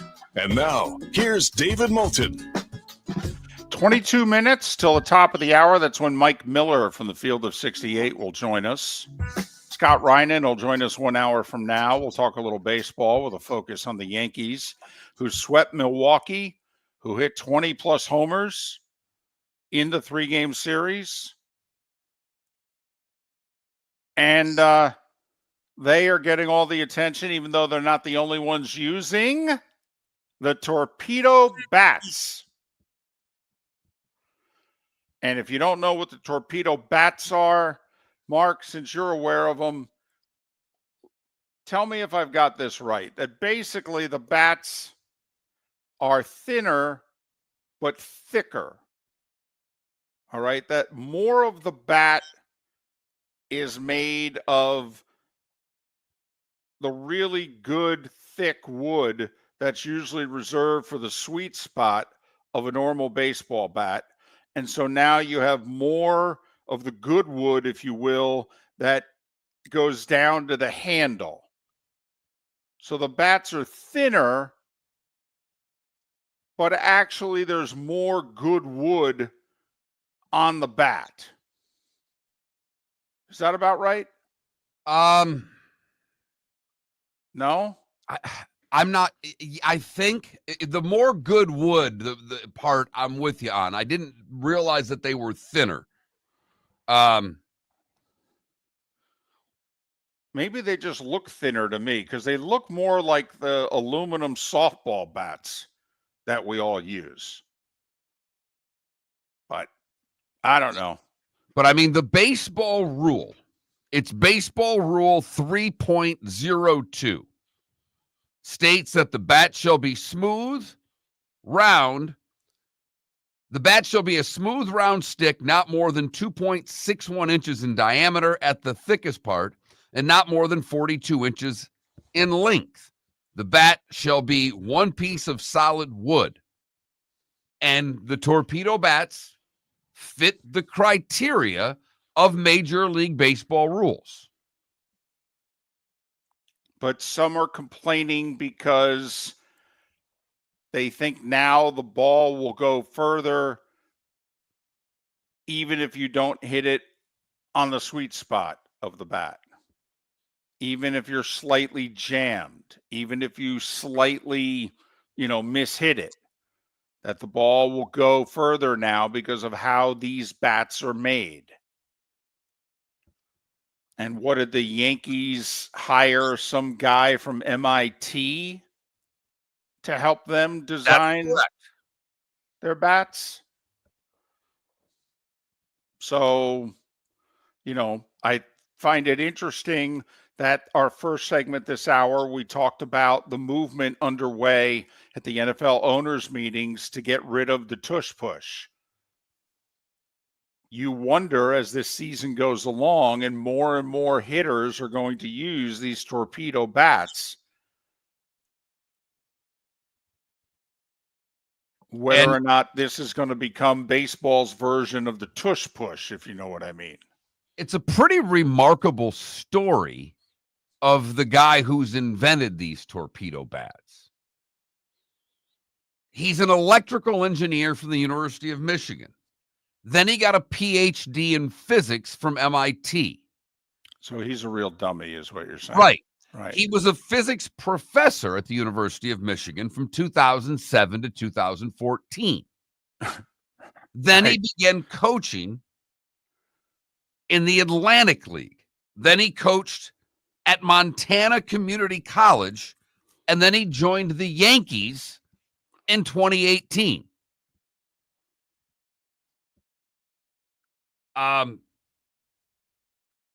And now he works with the Marlins. He's actually not with the Yankees anymore. He's now with the Marlins.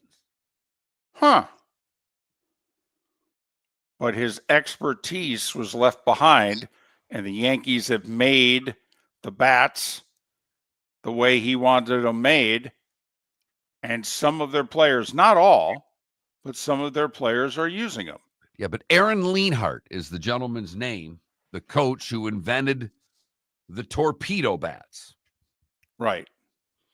For the record, by the way, Judge isn't using them, is he? I don't think he is. I think Judge is still using, because he's had trouble hitting home runs in recent years, obviously. I mean, he's had trouble making solid contact. So that is the new fad in baseball. And you'll see players. Well, Jazz Chisholm started using Volpe's bat, hit a double with it. Then he hit a home run with it. And he's like, well, I've got a new bat. Right. Volpe's like, well, give me mine.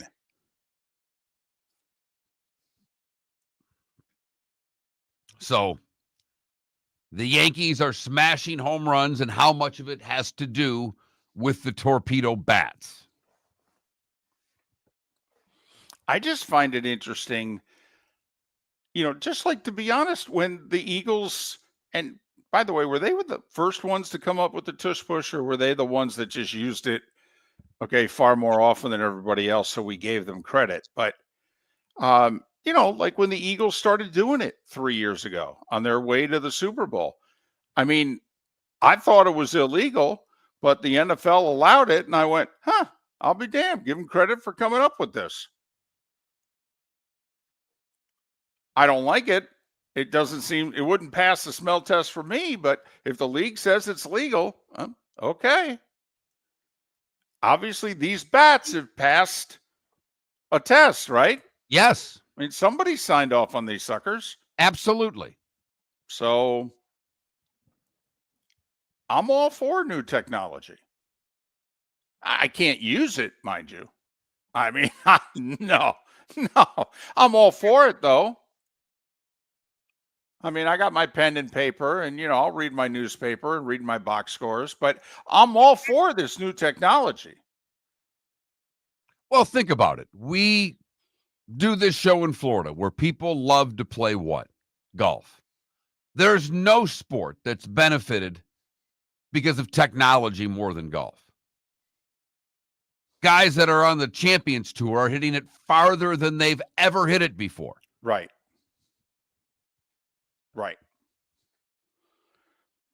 Now, I will say, I'm in the Nicklaus camp. I'm in the camp of, you have a ball for, us 12 handicappers, and then you have a tournament ball.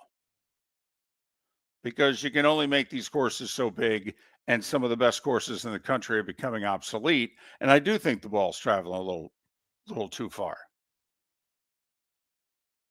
And when guys are hitting 3-iron into a 604-yard par 5, I don't know. I'm thinking maybe the ball's really flying.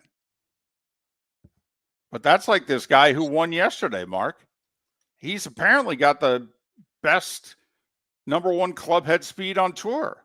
His club head speed is routinely over the weekend was over 190 miles an hour. He hits the ball a mile. And he's little. Right. I mean, he's skinny. Yeah.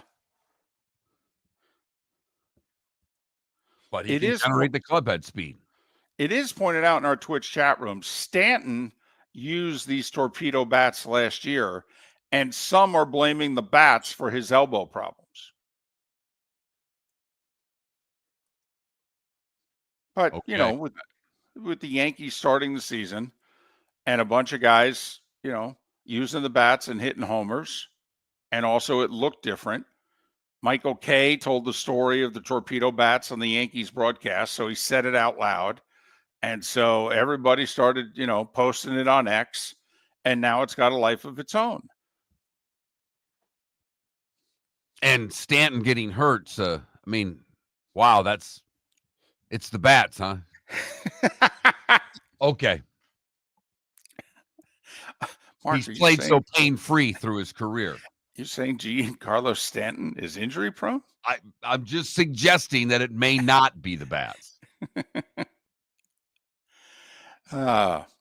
So, but obviously the bats were approved, and hey, didn't what was the marketing campaign that Major League Baseball had in the late 90s? Chicks dig the long ball. Yep. And when they used Maddox, Smoltz, and Glavine also in the promo, I thought that was brilliant when they did that back in the day.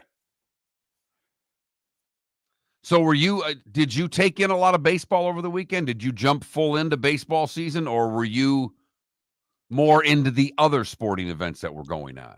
I took in more Rays and Rockies than I thought I would. I wanted to see what it looked like. I wanted to see also crowd shots. I just wanted to see, did people look like they were having a really good time?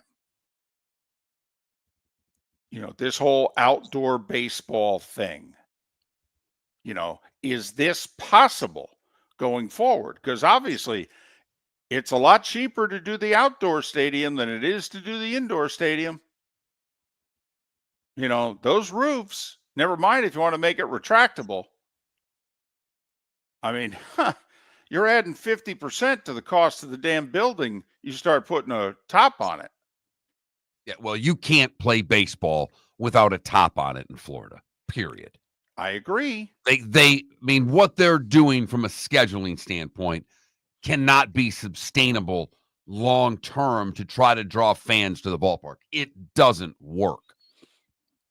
I agree. But if you are trying to have the most people attend your games the most times, don't you want what they have in Miami, which is a retractable? 100%. So, you know, remember the location in St. Pete, that was not going to be retractable. That was just a dome they were putting on it. You were never going to play outdoor baseball in the Rays. That's why, to me, the Rays are doing something in theory they may never do again in their history by playing these outdoor home games. I was fascinated by it. I also wanted to listen to the announcers. How far, you know, how far are they going to go? Are they going to talk Tampa versus St. Pete at all? And of course, the Rays announcers won't. I mean, No, they'll stay as far away from that as possible. and you would too if you were employed by the Rays. You would. No, they I wouldn't. can't. I'd lose my job, and you know that. Well, then you would. You know, I'd lose my job because I think at some point it has to be brought up. You know, even if it's like at the end of April, Mark, and you just comment and you go, "I got to admit, these home games have been refreshing. It's been awesome to have outdoor baseball." You know, we've done indoor games for so it's been awesome to have these outdoor games. I miss it. I don't know if we can have it going forward, wherever we end up, whatever we end up doing. But man, I'd love it, even if it's April, May, and October. Love to be able to have outdoor baseball. And if that got me fired, it got me fired. That wouldn't get you fired, but taking the whole St. Pete versus Tampa, I just don't think it's the announcer's job to do that. He's employed by Sternberg. You're gonna, hey, boy, they're chanting "Sell the team" today. I wonder if you're listening, boss. I mean, you would do it. I wouldn't. I will say you had to go to X, and you had to go to people who posted things on X to get the video of the signs that said "sell." All right. Although I thought you could hear a little bit of the "sell the team" chants. I thought you could hear them at times. And it's interesting because the way to get an owner to sell the team, David, is not by chanting "sell the team" at a game that's sold out with some of the highest ticket prices in baseball. It's not showing up. True. And yet the Rays fan in Tampa, which doesn't go to a lot of games, is like, I'm going to take advantage of them playing here because I don't know how many times they're going to do it. Totally.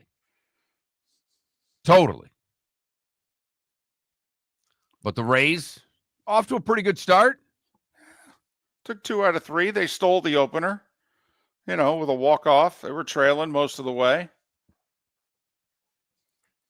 I thought I read it was the 3rd time or the 4th time that a team in the history of baseball playing in a new ballpark hit a walk-off home run. So opening ballparks has happened like 3 times, happened once in like the 50s, and it happened in the early part of this century as well. Miller and Moulton. We'll talk some baseball in about 45 minutes with Scott Reinen. Coming up, back to hoop. 4 1 seeds in the men's Final Four for the second time ever. Mike Miller, the field of 68, next. Basketball's heating up the hardwood. What a great time to stop in at the Floor Meisters and look at their hardwood. A large selection to choose from, including Mirage hardwood flooring. Floor Meisters has a look and style you want. Mirage wood is grown and made in Canada from the finest quality wood flooring you'll find. And while you're in, ask to see the Petite Enfant collection. 5 custom colors made only for the Floor Meisters. So good it has a 35-year warranty. Floor Meisters, 6281 Naples Boulevard, next to Costco, or floormeisters.com. American Paint Supplies, for nearly 30 years, is your one-stop shop for all your coating needs. If you are a designer, a contractor, a professional painter, or a weekend warrior, American Paint Supplies is the place where experts go to get expert solutions. At 6100 Shirley Street in Naples off of Pine Ridge, American Paint Supplies delivers the best solutions with the best products with the best support. Meet Gene and his team today at American Paint Supplies. Call 239-566-2700. That's 566-2700 or online at AmericanPaintSupplies.net.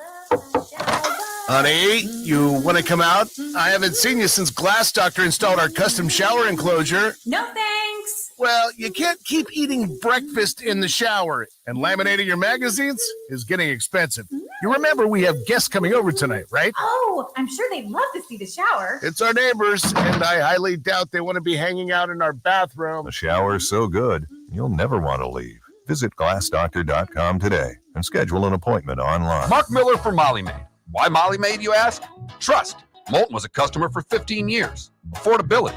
Didn't I just say Moulton was a customer for 15 years? Worry-free services. Our professional house cleaners are fully insured and a 24-hour warranty. Call Molly Maids today at 239-774-5839. That's 239-774-5839 or online at mollymaid.com/FTMYERS. That's mollymaid.com/FTMYERS. We've got a text message for Dr. Dollar. A few of my friends are taking daily Cialis or Viagra.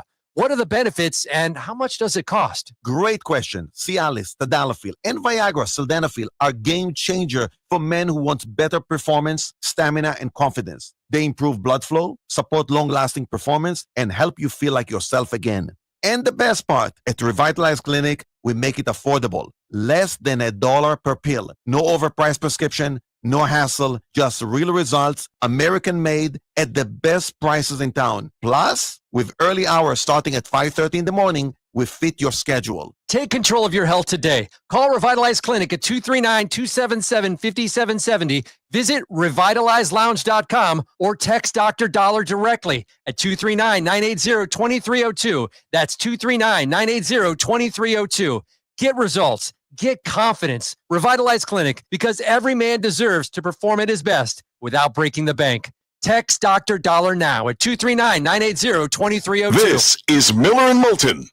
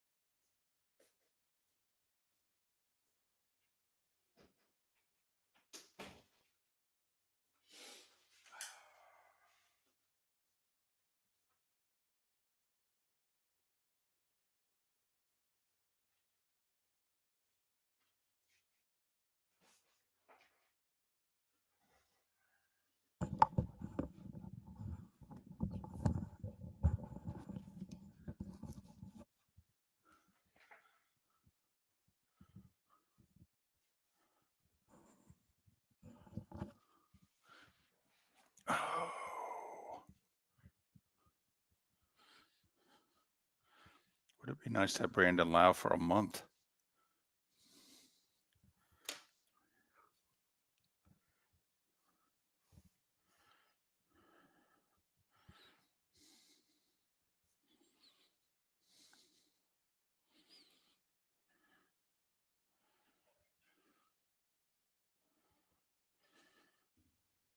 He's on.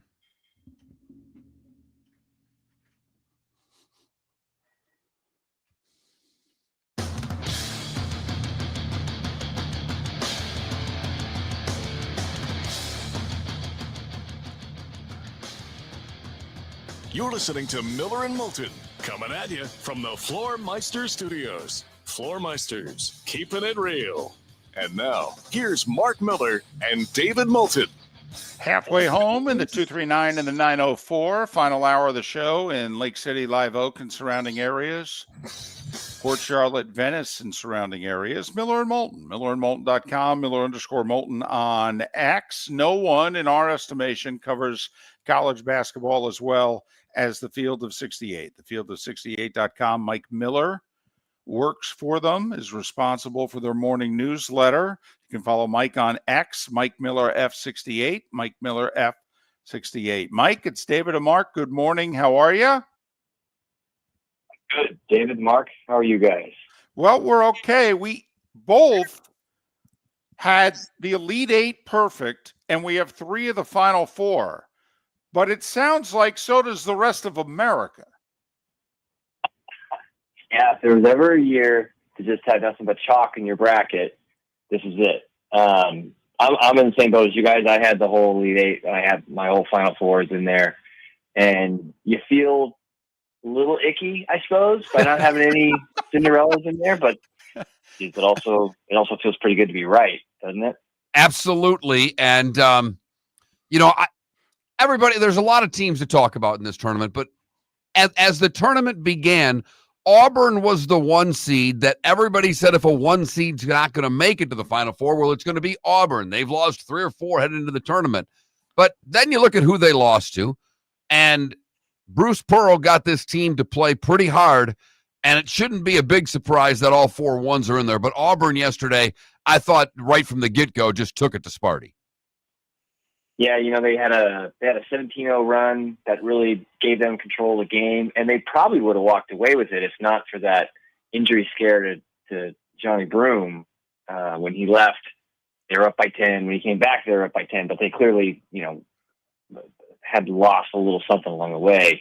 When you guys asked me last week, which was the most likely 1 seed to lose, I said none of them, but that Michigan would give them a scare. And even then, Auburn looked just fine against Michigan, and then continued to beat the state of Michigan and beat Michigan State yesterday. And it's funny about Auburn; they played each of the teams in this Final Four thus far. They've lost to Duke, they've lost to Florida, they've beaten Houston. So it's like that's what kind of year Auburn has had, where they have done nothing but played good teams, usually beaten good teams. But it isn't interesting to note that they're 1-2 against the 3 other remaining teams in the field.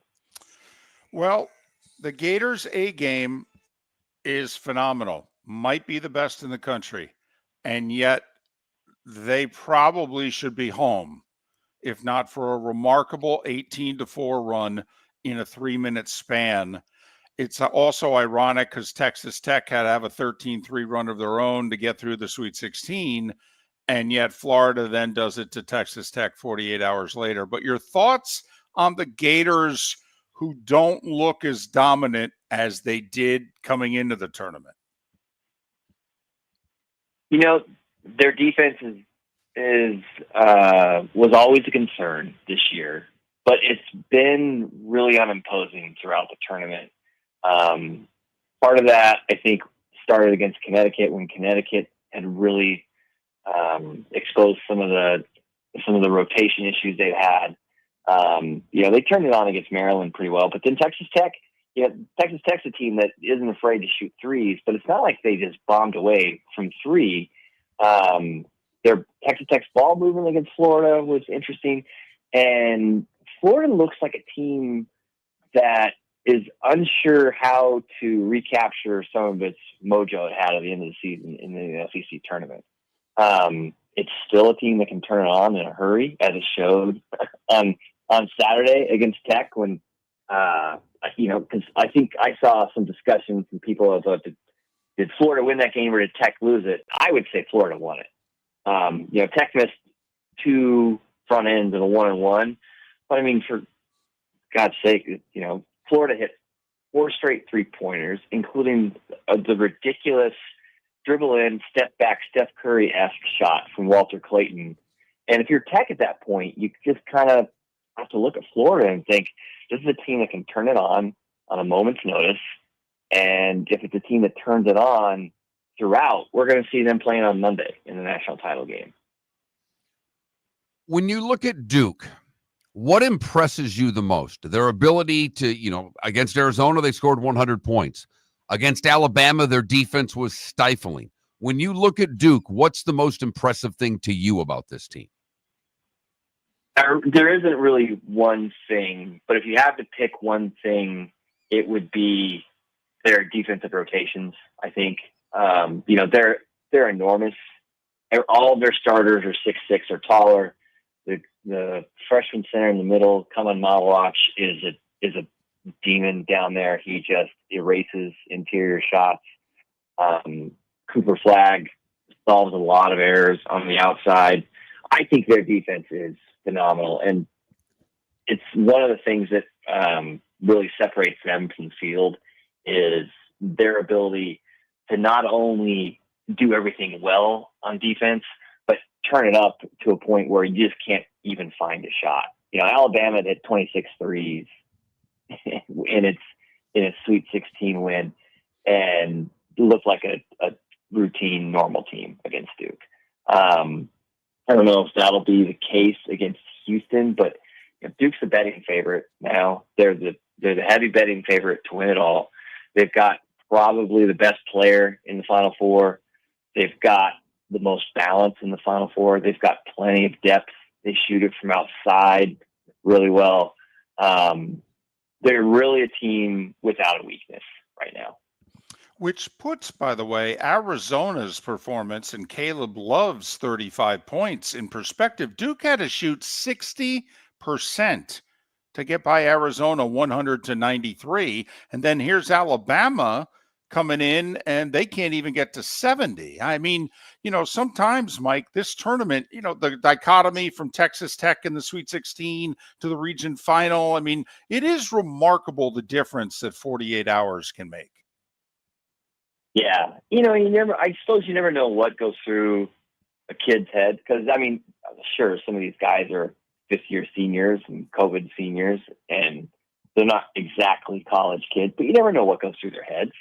And you're trying to recapture some stuff in there. And the other team certainly has something to do with it. And that'll be probably the message this week.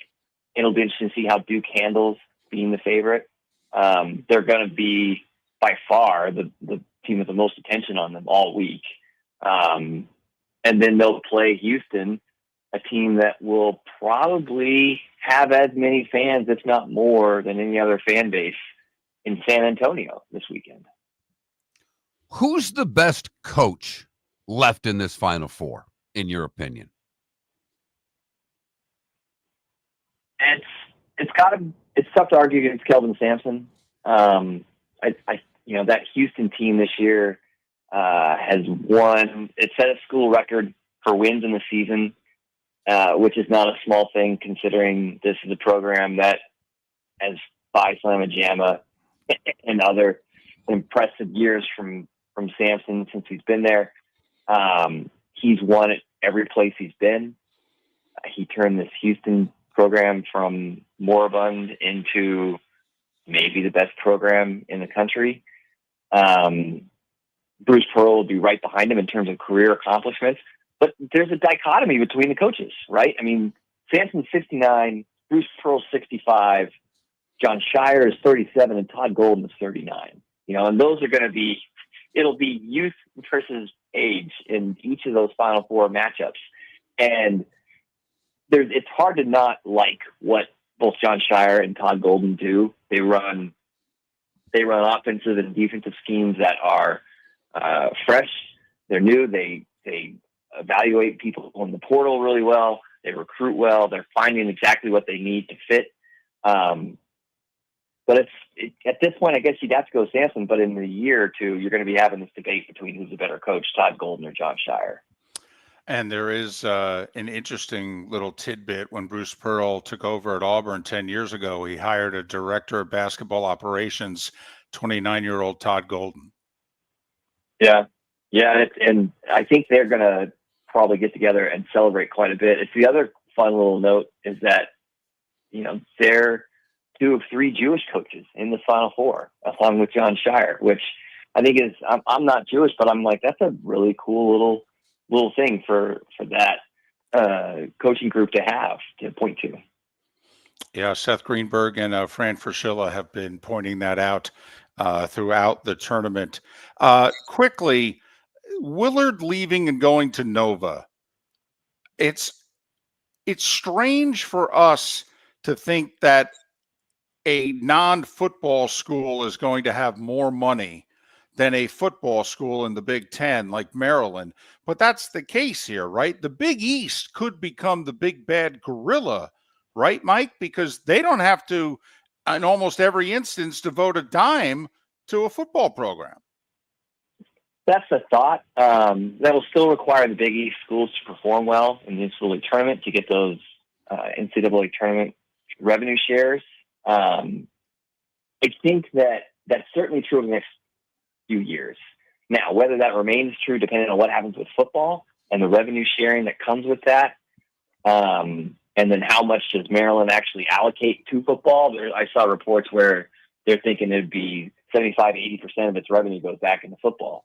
And if you're Willard and you're looking at Villanova, a place that will be part of the Big East, has significant tradition, is willing to devote a lot of resources to basketball, that is appealing. Now, if you're Villanova, I don't know if Kevin Willard is the guy I want to sink all my resources into.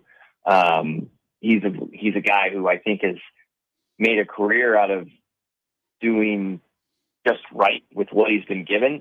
He's not a coach who's ever overperformed except for 2 years at Seton Hall. Maryland was good this year, but they also were supposed to be good. I don't know. It's an interesting move. I don't know if I would have backed up the big Brinks truck for Kevin Willard. And it is also interesting to see how much he might have burned bridges across everything right now, because he did not handle this whole last week very well with the way he approached it with the media and the fans. Mike Miller covers college basketball for the Field of 68, thefieldofsixty8.com. Follow Mike on X, Mike Miller F68, Mike Miller F68. Mike, as always, appreciate it. Thanks. Hopefully we can talk again soon. Thanks, guys. Take care. Mike Miller, who's joined us since before the tournament began from the Field of 68. Miller and Moulton. Text line wide open at 21,000. Miss any of the show, you can download it at millerandmoulton.com. For over 50 years, the Nolan family has been dedicated to protecting local families. Nolan Family Insurance is a second-generation independent agency that specializes in home, flood, auto, and boat insurance. They take the time needed to explain your coverage options and answer your questions so you can make an informed decision that's right for you. If you're looking for an agency that treats you like family, call 941-639-1122 or go to nolanagency.com. That's 941-639-1122. or nolanagency.com. American Paint Supplies, for nearly 30 years, is your one-stop shop for all your coating needs. If you are a designer, a contractor, a professional painter, or a weekend warrior, American Paint Supplies is the place where experts go to get expert solutions. At 6100 Shirley Street in Naples off of Pine Ridge, American Paint Supplies delivers the best solutions with the best products with the best support. Meet Gene and his team today at American Paint Supplies. Call 239-566-2700. That's 566-2700 or online at AmericanPaintSupplies.net. Mark Miller for Molly Maid. Why Molly Maid, you ask? Trust. Moulton was a customer for 15 years. Affordability.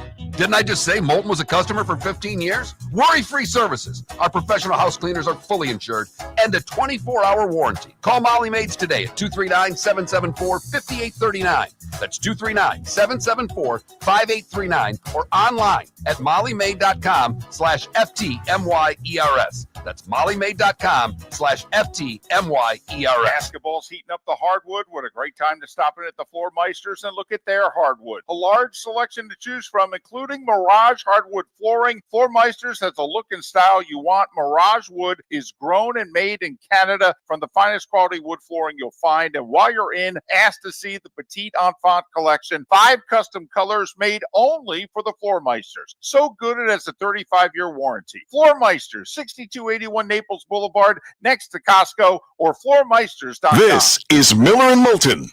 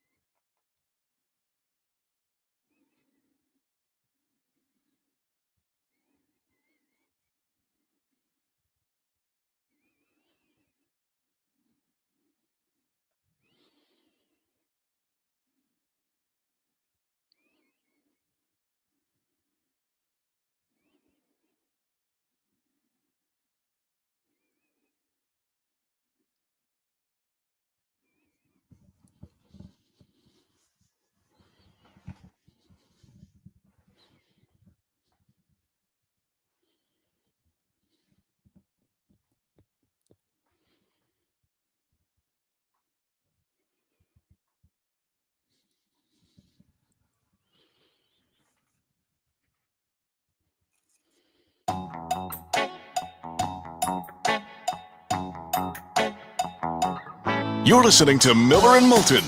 And now, here's Mark Miller and David Moulton. 21 minutes past the hour. Miller and Moulton. MillerandMoulton.com. Miller_Moulton on X. Scott Reinen, who covers baseball with a focus on the Yankees. He will join us coming up in a little more than 15 minutes' time. So how many of you watched some baseball this weekend?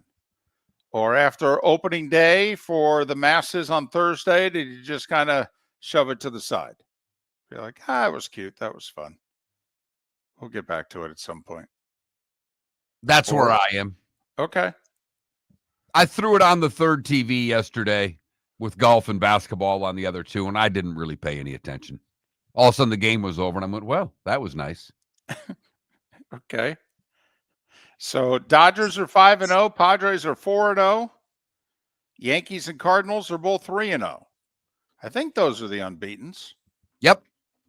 That is correct. The Dodgers case, it's through 2 series because they had the 2-gamer in Tokyo with the Cubs, and then they swept the 3-gamer at home from the Tigers. Padres took 4 from the Braves. Yanks took 3 from the Brewers. Milwaukee. And the Cardinals took 3 from the Twins. So there you have it. Milwaukee returns home today. But I played their home opener. I do think, it's obviously, we know it's early. I get it. But as a texter pointed out to me, he is just enjoying the fact that at this moment in time, his Miami Marlins are in first place in the division. There you go. Two of the 3 were walk-offs for the Marlins. It's because the Pirates were good for a whopping 3.5 runs a game. Let's continue to waste that pitching.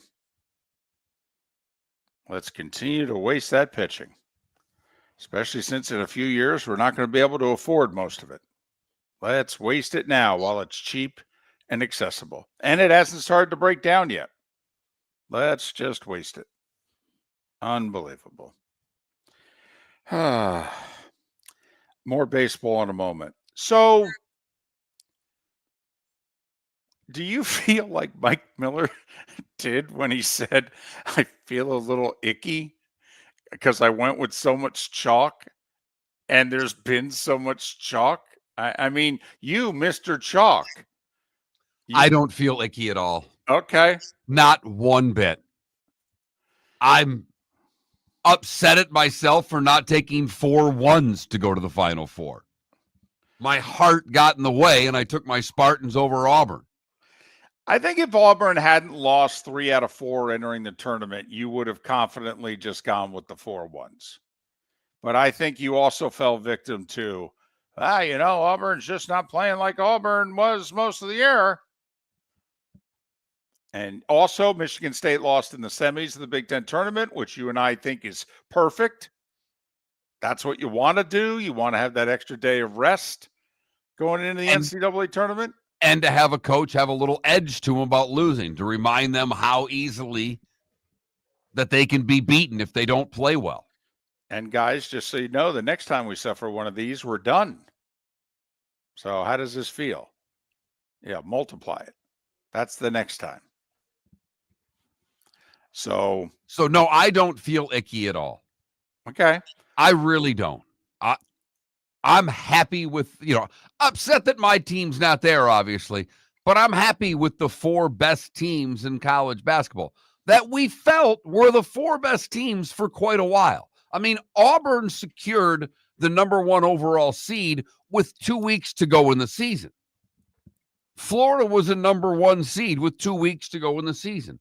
Duke was a number 1 seed with 2 weeks to go in the season. Houston, the same.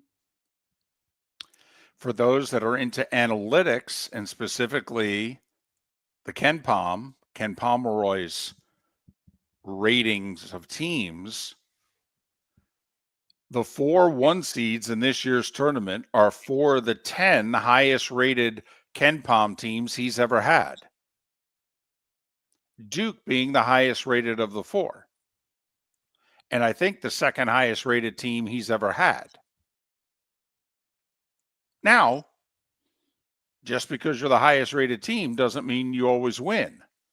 mean, I think his highest rated team was a Duke team in 99 that got beat by UConn in the championship game in St. Pete in the Dome, actually. But so that's why to many, and when we had Jim Larinaga on Friday, and we said, so what do you think? He said, yeah, I'm a big Ken Palm guy, so I'm going with the 4-1s. And I am, and we'll get more into it as we go through the week, but I am going to be fascinated by this Duke-Houston game. Because you're right. What Duke did defensively to Alabama was phenomenal. Holding them to 65 after they made all those threes, making it so difficult just for Alabama to get shots off in that game. But Houston can do the same thing to a team.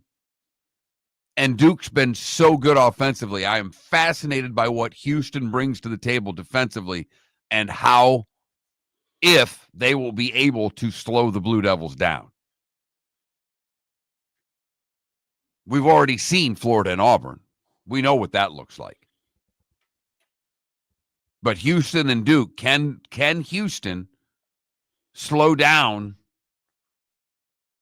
the Blue Devils in that great offense? Because when they're flowing, man, is it pretty to watch. 25 of 51 shooting the 3-ball against BYU. 8 of 32 shooting the 3-ball against Duke. 25%. I will say, for the fascination that basketball of today has with the 3-point shot, Duke only shot 13 threes against Alabama. Duke realized they had a height advantage, and they just pounded it. Kept working their plays inside, attacking the basket. They only shot 13 threes for the game. I know you still have it because you said as much last week. But without Coach K being in charge of Duke, does America still hate Duke the way that by 2022 they had grown to hate Duke and they were sick and tired of Duke and anybody but Duke? Do we feel the same way about John Shire? I mean, I don't know.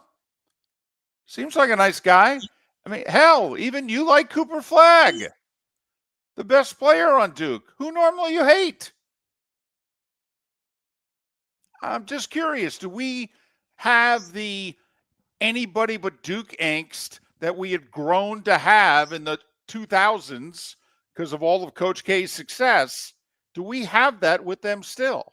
I certainly hope so. I certainly hope so, David.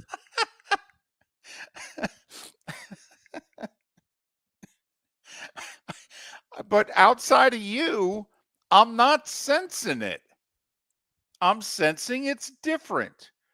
That, don't get me wrong, we were thrilled for NC State to beat Duke in the Elite Eight last year. We knew that NC State was going on a run. You had the big fella from NC State, who's got a little, Mickey Lolich, to him there in the midsection. He wasn't exactly a svelte figure of fitness, and he was getting it done. And we're like, this is cool. We can relate to this team.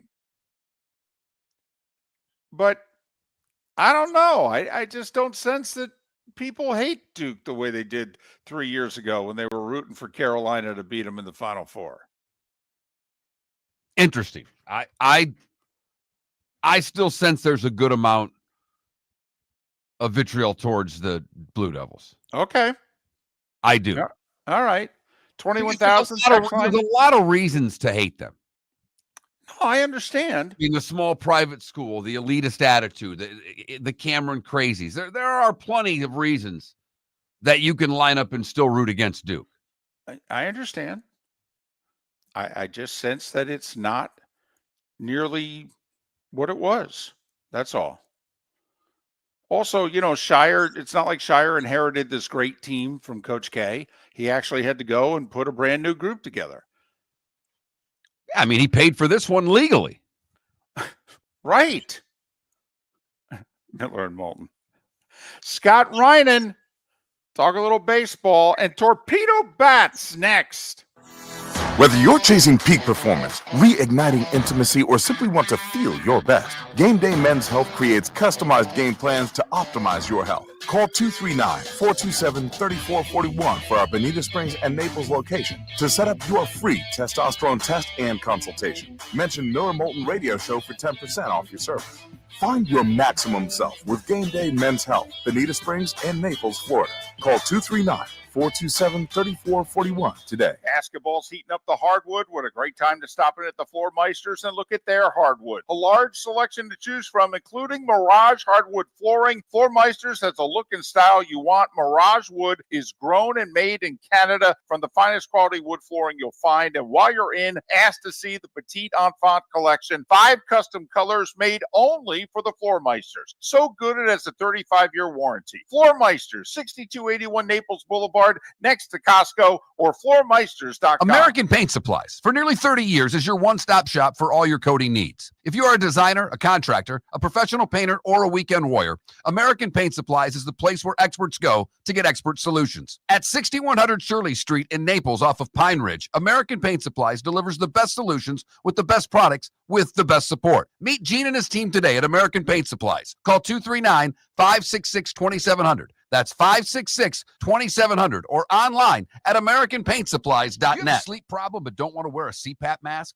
This is Mark Miller for Sleep Treatment Direct. The mask wasn't working for me, and I didn't think I had an alternative. I do. We all do. They have such simple alternatives with greater success than the mask. Visit SleepTreatmentDirect.com. That's SleepTreatmentDirect.com. And if you are like me and your CPAP machine isn't working for you, it's time for a change. Call 239-444-1741. That's 239-444-1741. Sleep Treatment Direct. Sleep safe and sound. This is Miller and Moulton.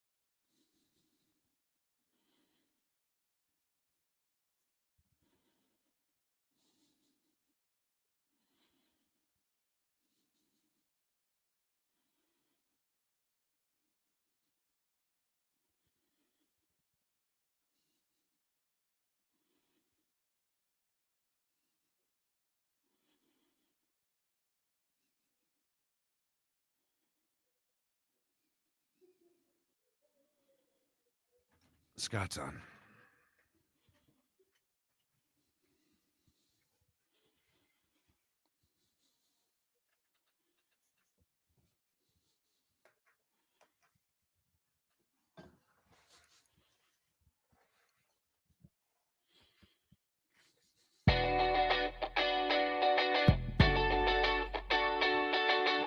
You're listening to Miller and Moulton.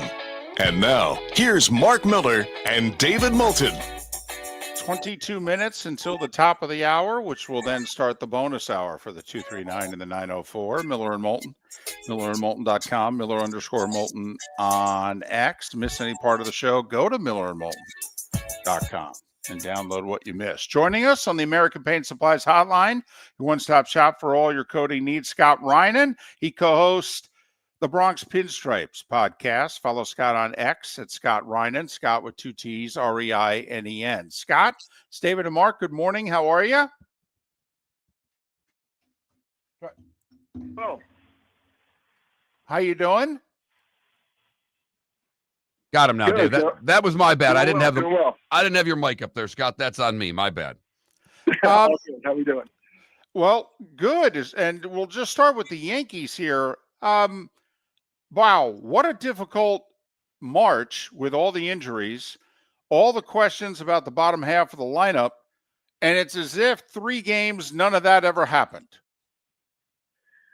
That's true. I think the fact that it's 3 games is something to look at, but to start the season, it's been as good as you could possibly expect on the offensive side. The pitching is still the big area of concern, obviously with all those injuries. But the guys that have come over with track records thus far through 3 games have shown that they have the ability to hit around Aaron Judge, and that's going to be the biggest thing. How can they protect Aaron Judge? Because as we saw over the weekend, the man is, the best player in baseball, and he needs protection on both sides of him in the lineup. Well, I think there's some folks in LA that might argue that they have the best player in baseball, but I certainly get the point. The other side of this is, as you posted on X, maybe they just need to play the Brewers more often. Holy cow. 72 runs against the Brewers in their last 2 series against Milwaukee. That's remarkable. Yeah, 36 in each. When I saw that it was 36 and 36, something funny's going on here. But, last year when you look at the Yankees and you see how for the majority of the year, even halfway through, you're looking at the Yankees leading the American League in runs. And a lot of people will say, hey, just don't worry about that Milwaukee series because they put up a 20 spot. It doesn't count. That's not the norm. It inflates the numbers. Well, they did it again. So I don't know how you dismiss it 2 years in a row. I don't know how you dismiss it when it's the opening weekend in baseball. But Nestor Cortez, a good friend of a lot of people on this team, was unfortunately bit by a guy who didn't have velocity coming out of the jump and couldn't locate a pitch that wasn't over the heart of the plate. And 3 pitches. I was sitting in right field in section 205. 3 pitches went over the fence, back to back to back, and it was one of the most exciting things that I've seen sitting in a baseball stadium. Scott Reinen co-hosts the Bronx Pinstripes podcast. Follow him on X at Scott with 2 T's, Reinen, Reinen. All right, what are we to make of these torpedo bats? Okay, Michael Kay, you were sitting in the stands, but he didn't get to do the opener, but on Saturday he went in great detail as to what they are and who's using them. And obviously when a team goes out and scores 412 runs in 3 games, now these torpedo bats are a thing. They're not new, are they?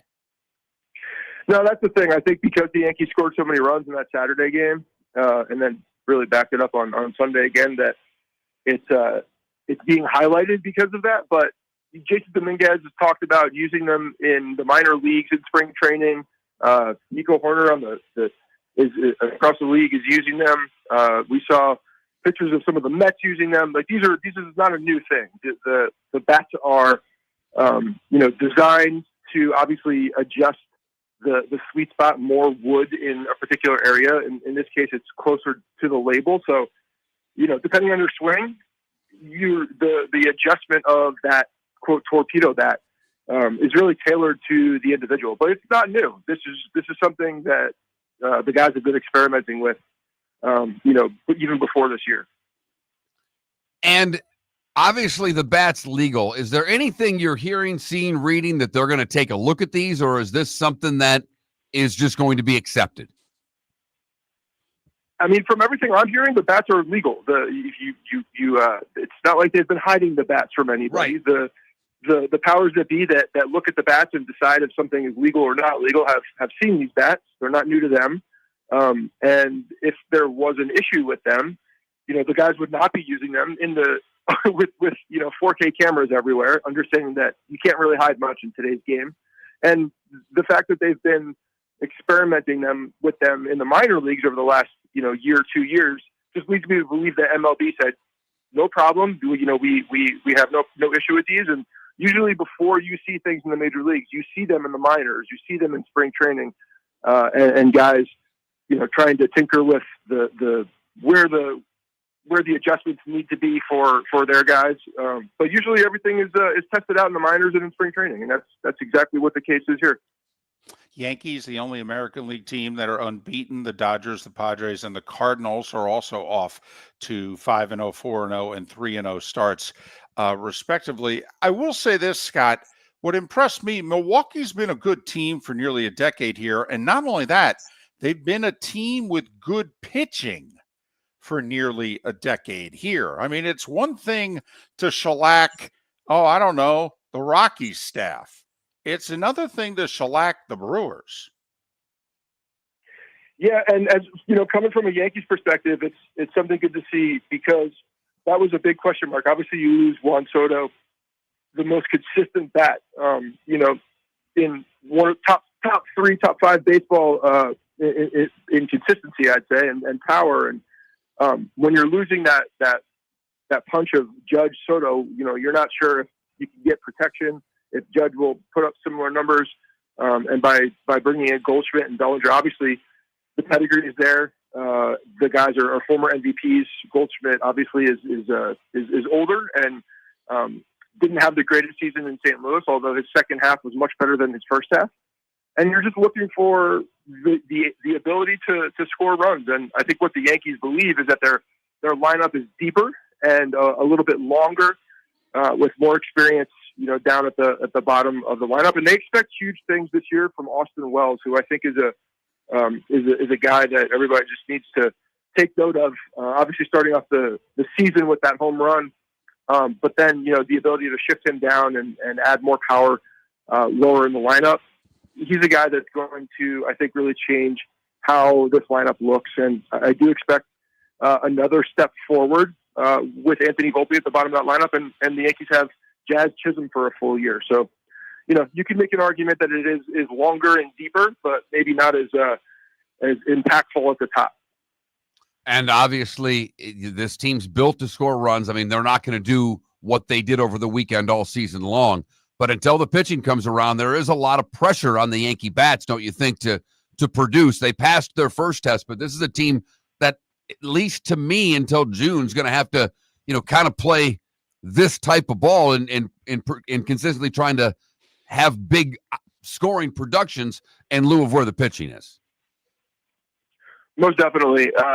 The pitching is a giant question mark. And, to Cashman's credit, he addressed the rotation and the bullpen in the off season. I think, when they realized they didn't have Juan Soto coming back, they needed to double down on pitching. And unfortunately, they've just gotten completely hit by the injury bug with Luis Gil and Garrett Cole, obviously. And so Carlos Rodon getting the opening day start needs to come out and actually prove that he's worth the dollars that he's being paid. And then Max Fried, who didn't have a good start in his first outing. I think I'm far less worried about him coming out and being one of the more consistent top line guys. But yes, you're absolutely right. The Yankees need to hit, and they can't expect this pitching staff of Marcus Stroman, Will Warren, and Cookie Carrasco, after the two guys that I mentioned, to keep the score low in games and then winning tight, low scoring games. They're going to have to hit the ball around the park especially early going, and hope that they can get some help, whether it's through the guys who are injured and Luis Heel coming back, Clark Schmidt, hopefully he'll be back soon. And then, we'll see if Brian Cashman makes a move at some point during the middle of the season to bolster that rotation even more. 4 days ago, there was a growing sentiment that the Red Sox were co-favorites in the East, along with the Yankees. Now, the Red Sox lost 3 out of 4 in Texas to start the year, but just curious, okay, when you look at Boston from afar and the offseason that they had, whether or not you think the Red Sox are the biggest threat to the Yankees, or do you think it's still the Orioles?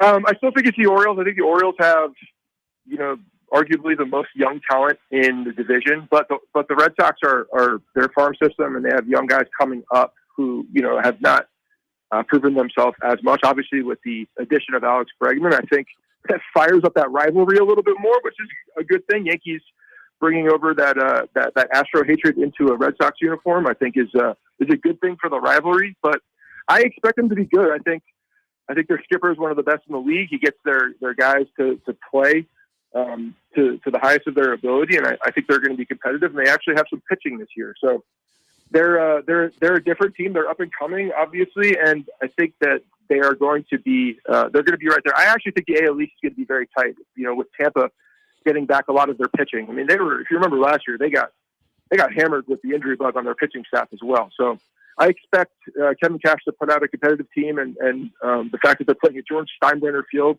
in Florida is going to be an interesting storyline all year long. But I think they have a really good pitching staff, and as long as they can stay healthy, they're going to be in the mix as well. And then, Toronto has a ton of talent. We'll see if they can actually put something together. But I think it's going to be a very competitive AL East, and I expect it to be going down to the last couple of weeks of the season.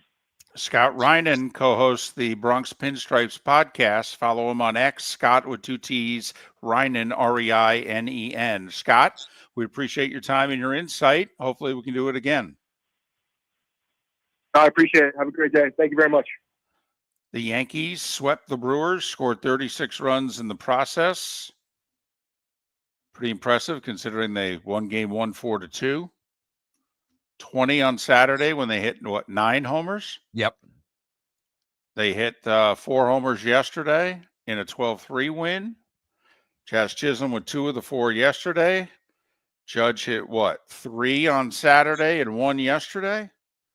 So they got Chisholm's hitting like 417 and Goldschmidt's hitting 500, and gaudy looking stats 3 games in.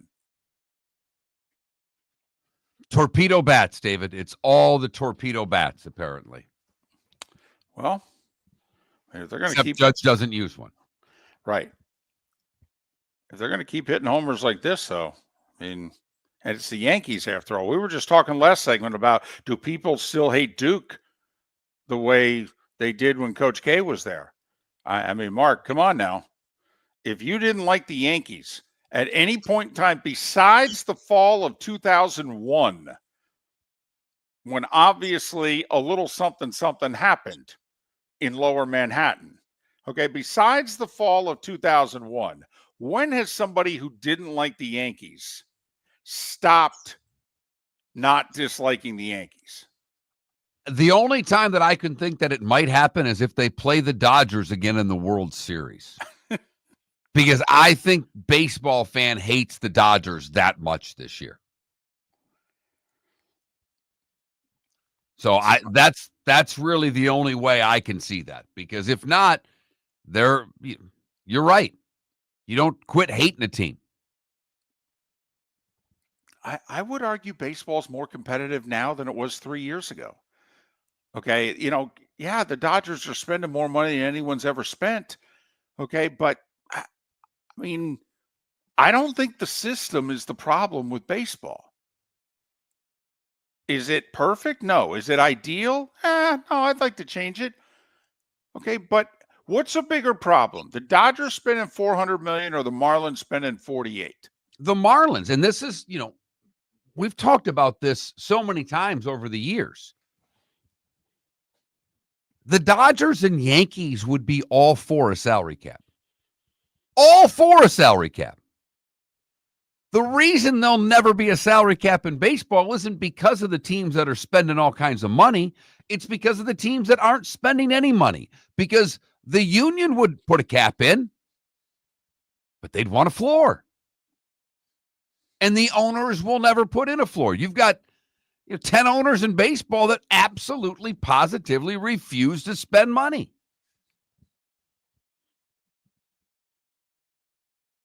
And some of them are able to be competitive despite not spending money.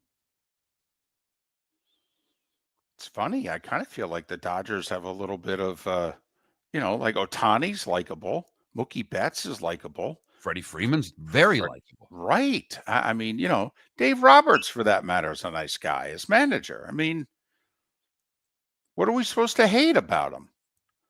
Hell, they've only won one World Series in a 162-game season in 35 years. I mean, come on. It's not like they're the Chiefs. See what I did there? For over 50 years, the Nolan family has been dedicated to protecting local families. Nolan Family Insurance is a second-generation independent agency that specializes in home, flood, auto, and boat insurance. They take the time needed to explain your coverage options and answer your questions so you can make an informed decision that's right for you. If you're looking for an agency that treats you like family, call 941-639-1122 or go to nolanagency.com. That's 941-639-1122 or nolanagency.com. American Paint Supplies, for nearly 30 years, is your one-stop shop for all your coating needs. If you are a designer, a contractor, a professional painter, or a weekend warrior, American Paint Supplies is the place where experts go to get expert solutions. At 6100 Shirley Street in Naples off of Pine Ridge, American Paint Supplies delivers the best solutions with the best products with the best support. Meet Gene and his team today at American Paint Supplies. Call 239-566-2700. That's 566-2700 or online at AmericanPaintSupplies.net. Wine glasses never fall over until you get a brand new rug. Oh no! Ketchup bottles act normal till you're wearing a new shirt. Oh, you kidding me? And rocks slide peacefully on the road till the day you get a brand new windshield. Then they fly up off the road and attack without mercy. That's why new windshields from Glass Doctor come with our windshield protection plan. Unlimited repairs and one replacement for 12 months. Don't just fix it, protect it. Glass Doctor, a neighborly company. Basketball's heating up the hardwood. What a great time to stop in at the Floor Meisters and look at their hardwood. A large selection to choose from, including Mirage hardwood flooring. Floor Meisters has a look and style you want. Mirage wood is grown and made in Canada from the finest quality wood flooring you'll find. And while you're in, ask to see the Petite Enfant collection. 5 custom colors made only for the Floor Meisters. So good it has a 35-year warranty. Floor Meisters, 6281 Naples Boulevard, next to Costco, or floormeisters.com. We've got a text message for Dr. Dollar. I feel tired, sluggish, and just not myself. I'm gaining weight, my energy is low, and I've lost my drive. Could it be low testosterone? Absolutely. Testosterone naturally declines over time, but you don't have to accept it. Low T can affect your energy, strength, mood, and focus. But here's the good news. Testosterone replacement therapy, TRT, can help restore your vitality and get you back to feeling your best. Imagine waking up strong, sharp, and energized, ready to take on the day like you used to. At Revitalize Clinic, we specialize in physician-guided, American-made TRT designed just for you. Take control of your health today. Call Revitalize Clinic at 239-277-5770. Visit revitalizelounge.com or text Dr. Dollar directly at 239-980-2302. Feel like yourself again. Testosterone replacement therapy, because your best years aren't behind you, they're just getting started. Text Dr. Dollar now at 239-980-2302. This is Miller and Moulton.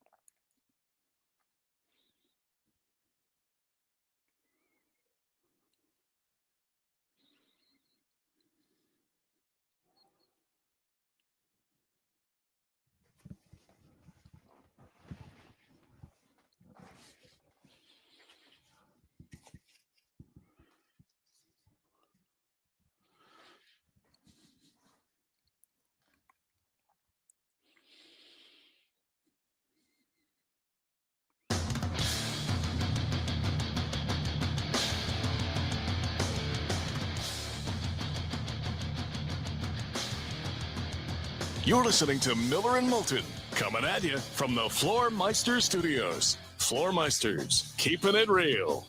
And now, here's Mark Miller and David Moulton.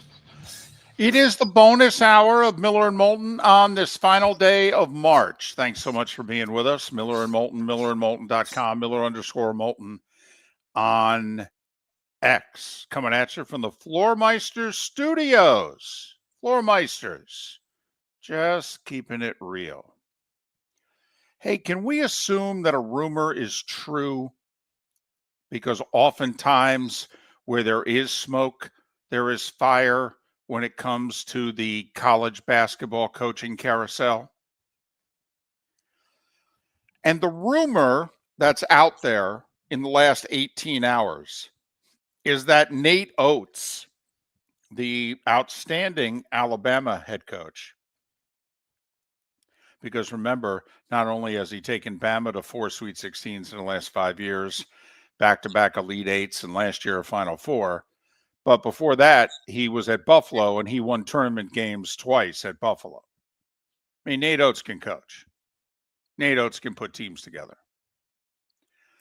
But the word is the first big name in the Maryland sweepstakes, because Willard left Maryland for Villanova as expected yesterday, is Nate Oates.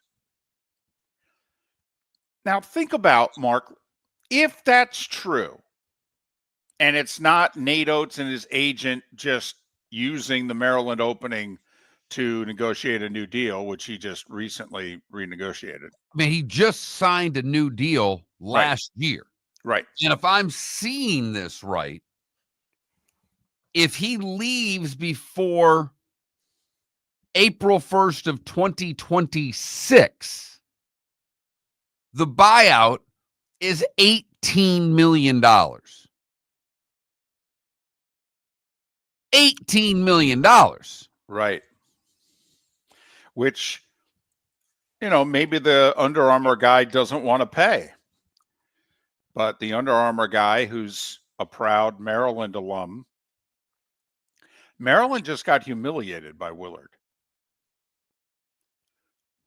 Humiliated by him.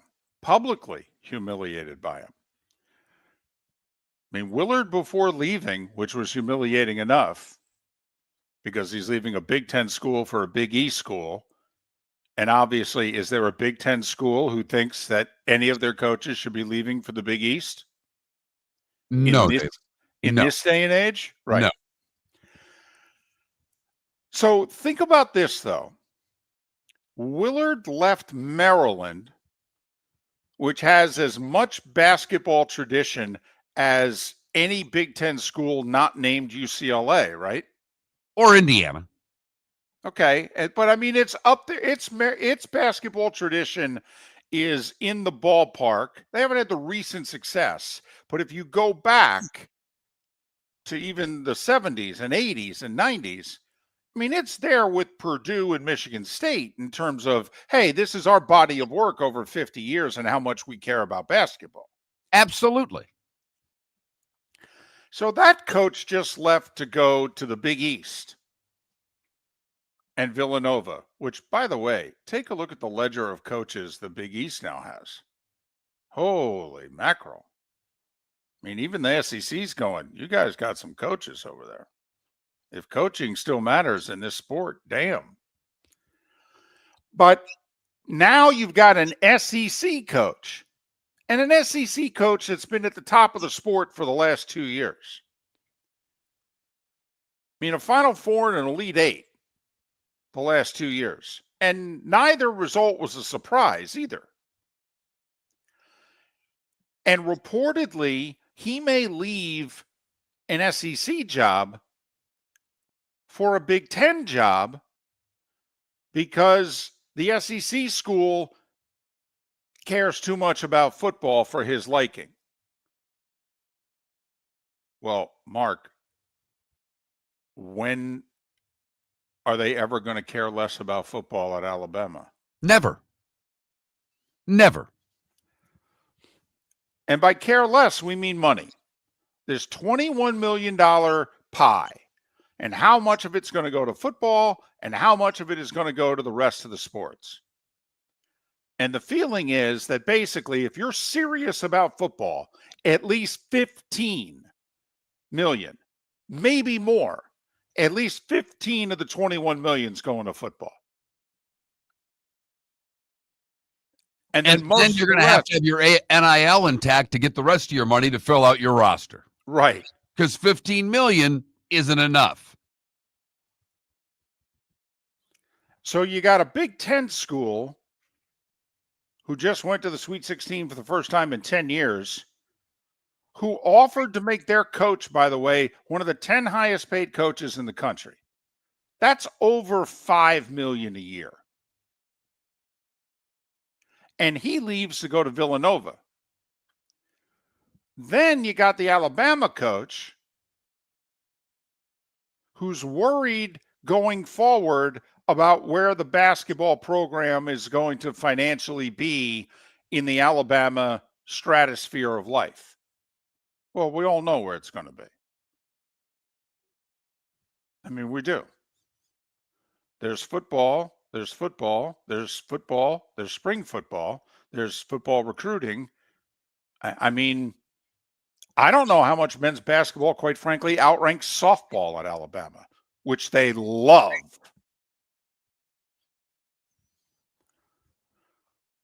Or gymnastics, for that matter. Yes. I mean. Right. And where they've won natties. Right. In these sports recently. So I just find this a very interesting landscape. It's partly why I had a different answer than you last week or the week before when we were debating the mid-major going forward. Now, I know a Big East school is not a mid-major. I'm dumb, but I'm not that dumb. But the premise that I used as to why I think there will be room for 6 to 8 mid-majors is that I think, quite frankly, Mark, 6 to 8 mid-majors are going to devote as much to their basketball program as Alabama is going to devote to their basketball program going forward. That number that you use could be accurate. But take the Big East out of it because they're not mid-majors. You know, Gonzaga will be one of those schools that will spend that money to be there. We really don't think of them as a basketball mid-major. They're a basketball power. Correct. They are. They are. Now, find me the other 5 that will have the financial investment of a Gonzaga, and I'd be interested because you look at a school, happened to be talking to a guy over the weekend who's a Nebraska alum, and his sister went to Creighton, and he just said, you know, the AD they have at Creighton gets it, understands who they are and what they are, and Nebraska's ADs never really figured that out since they jumped to the Big Ten. So I only say that because you need a president and an AD who are lockstep with what you're talking about. And I don't know how many programs have that at the mid-major level. Could they get it? It's possible. Let me go really big picture here. How many other SEC schools then are in the same boat as Alabama? I mean, this is, probably going to be the greatest year in the history of SEC basketball, was the one that is wrapping up in the next 7 days. It'll be tough to do better than this. But also from a financial standpoint, has the conference peaked in terms of basketball? I mean, if you are literally going to have to dictate 75+% of the money that's coming in is going to go to your football program. I mean, I'm just wondering, when do other SEC coaches go, well, I'm looking to leave for the same reason that Nate Oates is looking to leave? David, now you're on to something. Because look at Ole Miss, had the best basketball year I believe they've ever had. They care far more about football in Oxford, Mississippi than they ever will about basketball. Of And course it they do. ain't close. Nope. You've got Kentucky that cares more about basketball, obviously. Mm-hmm. Arkansas would be interesting because they do care about basketball at Arkansas. A lot. And they know they can win at it. And while they care a lot about their football program on only very few instances in the last 40 years has won at it at a high level. But Texas and Texas A&M, come on, not even worth discussing. Florida, a Final Four team. Come on, Gator fan. This is nice. You're enjoying this. It's a nice distraction from the fact that your football team isn't where you want it to be. But you'd give everything to switch it on a dime right now. So I find this whole coaching carousel, rumor central world very interesting in the last few days. So we have a guy who is basically being given, Kevin Willard was given a membership to Congressional Country Club as part of his enticement to stay. He was going to be made a top 10 highest paid coach in the country. That's over $5 million to stay. He's already shown he can win there. He's living there. Why leave? And you leave a Big Ten job, which is, by the way, probably in the upper half of the conference, maybe the upper quarter of the conference, for a Big East job. Although a great Big East job.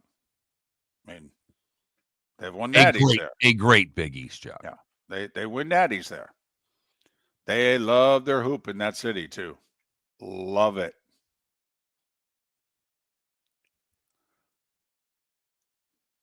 I think the Oats is more rumor than anything else because of the buyout.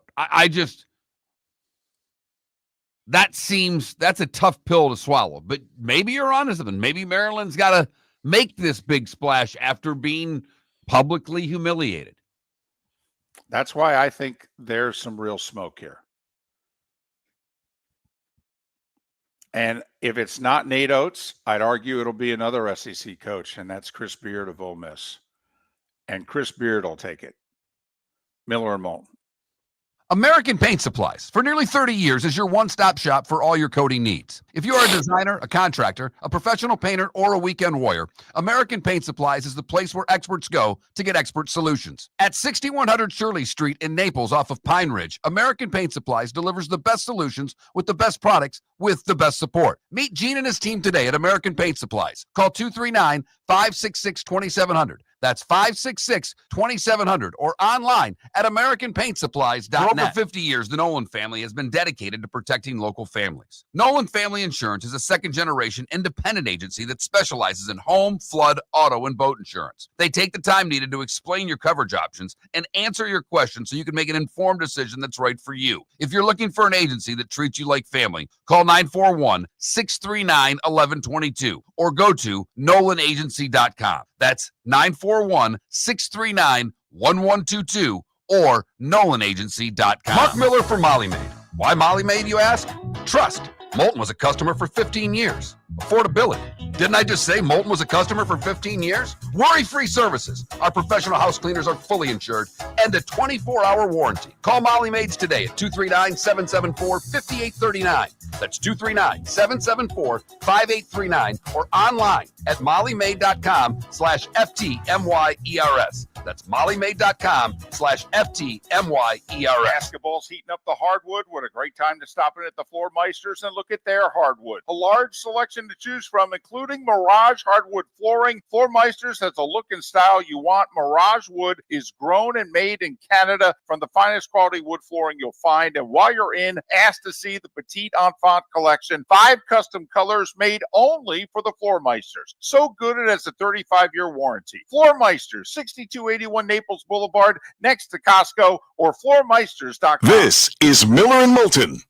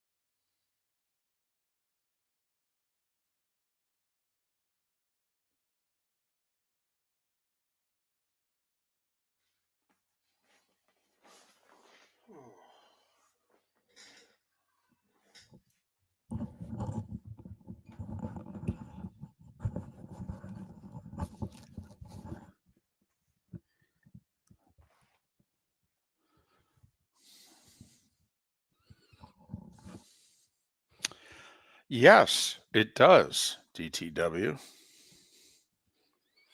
It's an old FGCU golf shirt. I have 2 of them left because they're very big. They're comfortable.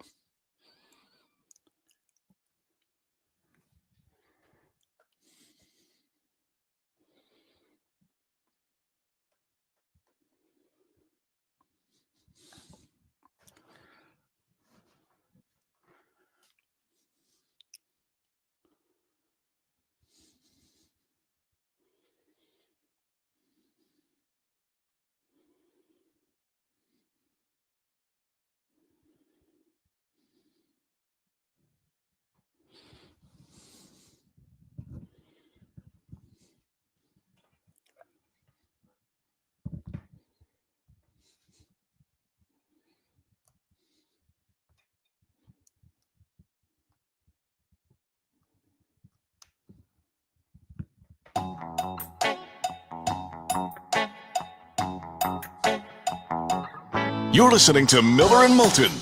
And now, here's Mark Miller and David Moulton. 21 minutes past the hour. Thanks for being with us. Miller and Moulton, millerandmoulton.com, Miller_Moulton on X. The Gators back in the Final Four, first time in 11 years since Billy Donovan was their head coach. They going to find their A game between now and Saturday? They better. They haven't had it. They have haven't been had very it yet. fortunate to get to the Final Four. Very fortunate. No doubt. The 18-4 run. Hell, the way they finished off the UConn game. Right. I mean, they've trailed late in 2 of their 4 wins. Is this just going to be part of their magic carpet ride story to a natty?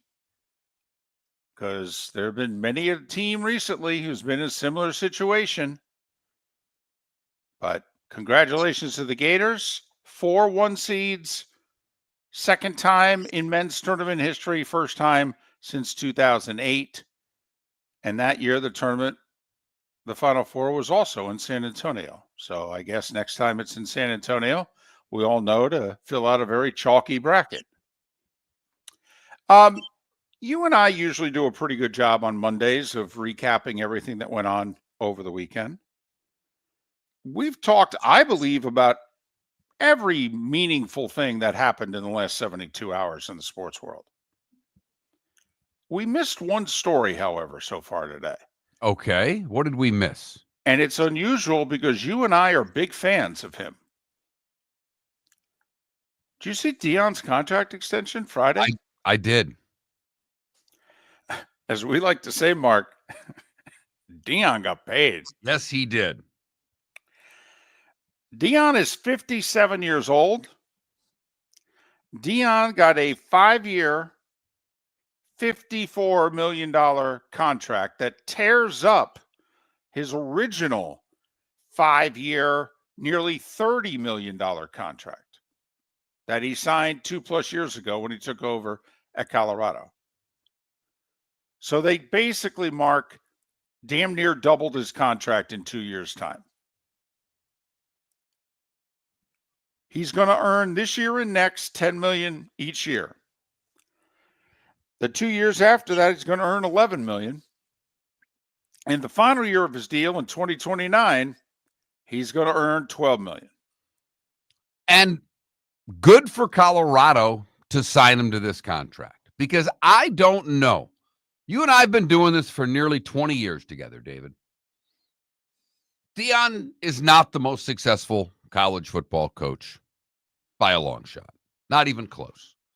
But I don't know of another coach in any other sport that has brought the type of notoriety to a program, the type of popularity to a program, quite frankly, the money that he's made for that program, like Deion has. He inherited 1-11. And a school that had basically forgot about football. I mean, not just 1-11. Football was an afterthought to that university before they hired Deion. And they were a proud football school not too long ago. 20 years ago, they were in the national championship picture after winning the Big 12 title in 2001. And they shared a natty with Georgia Tech in, 1990? So they had a run there. They had a 12 to 15 year period of time, which spanned the entire 90s and into the early 2000s, where Colorado had built itself quite a football program. And now, obviously, it had fallen on hard times. And Mark, of all the things that you mentioned that Deion has brought, it's the eyeballs. Yeah, okay, he's turned them around. He's turned them into winners. There are a lot of coaches that come in 2 to 3 years. I mean, we can go through the list of Stoops, Tressel, Urban. Hell, their second year, they won natties. But who the hell watched a Colorado football game in the last 20 years? And with Colorado playing at 9 o'clock at night, 10 o'clock at night, 10:30 at night, Eastern time, on Friday and Saturday nights, we have been watching. I mean, if Colorado were in the ACC, they'd be number one in terms of how much revenue they're going to get. Colorado's TV ratings are outstanding. So much so that Fox will put Colorado on before they'll put a Big Ten school on, unless that Big Ten school's named Ohio State or Michigan. Here's one other part, Mark, to the contract. And I would argue, by the way, do you think he's not worth this? I think he's worth every penny of it, David. The buyout. If New Year's Eve is the year that they settled on in the contract as to if he were to leave before December 31st of name the year. So Deion's got this new 5-year, $54 million contract. If by chance somebody offers him a great job on December 29th of this year, if he leaves, he owes Colorado $12 million. But if he makes it to January 1st of 2026 and leaves at any point in time for another job during the calendar year of 2026, he owes him $10 million. If he makes it to January 1st, 2027 and leaves in 2027, he owes only $6 million. So if Deion stays 2 more years, his buyout's $6 million. Then it's $4 million, and then it's $3 million. Now, not that a school wouldn't necessarily pay the buyout, because obviously if you want them, you're not going to let 10, 12 million stay in the way. And you would be smart to pay the buyout. You look at their ticket sales at Colorado, of how much they're up from before he arrived. It's in the tens of millions of dollars. You look at the athletic department revenue and where that is since Deion arrived on the scene. It's up in a huge number. The first time the Colorado athletic department ever crossed the $100 million mark in revenue happened since Deion's been hired. The estimate of what their multimedia rights, what you talk about, the eyeballs, David, is staggering. In 2023, Colorado gained $343 million in earned media value, quadrupling it from when before he was there. Merchandise sales, everything. I mean, every single thing that is involved with Colorado from a revenue standpoint has gone up in monstrous ways since the arrival of Deion Sanders. Now, I'm impressed in this sense. I'm worried about his health. He's got circulatory issues and he's living in altitude. I've been concerned about his health from day one. He's already lost like 2.5 toes because of circulation problems. So, you know, I hope this is also an indication that his health is under control. Because I thought the reason he was going to be leaving Colorado within 2 to 3 years was health.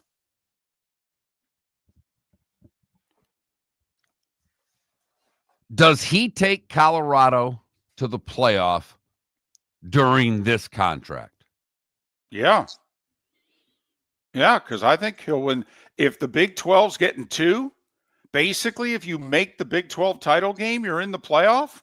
Hell, he nearly made it this year. He lost out in a tiebreaker. Yeah, Mark. Absolutely. I thought you were going to ask me, was it going to be within like the next 2 to 3 years? 5? Well, lock.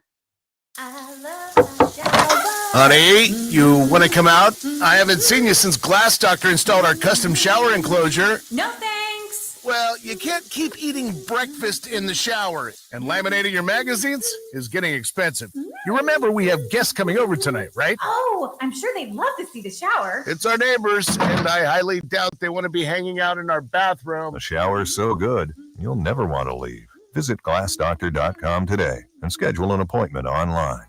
Whether you're chasing peak performance, reigniting intimacy, or simply want to feel your best, Game Day Men's Health creates customized game plans to optimize your health. Call 239-427-3441 for our Bonita Springs and Naples location to set up your free testosterone test and consultation. Mention Miller Moulton Radio Show for 10% off your service.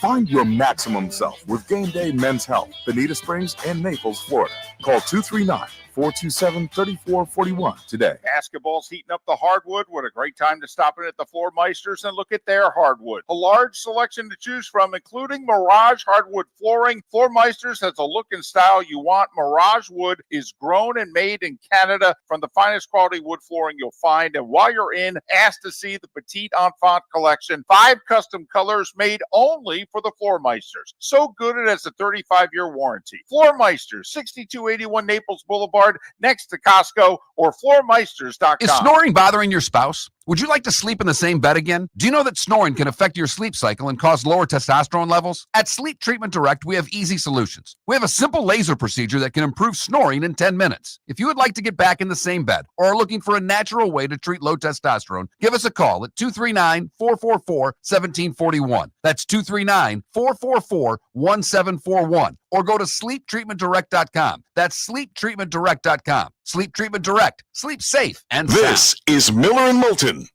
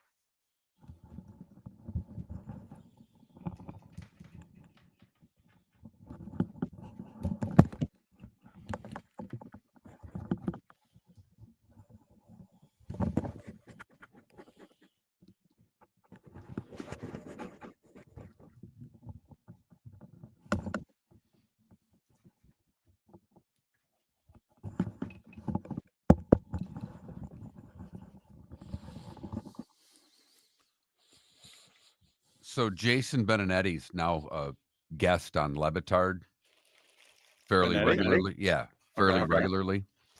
They had him on last week, and they were naming players and having him guess whether or not they played for the Miami Marlins. That's their game. And they were listing Florida Panthers players instead of Miami Marlins players.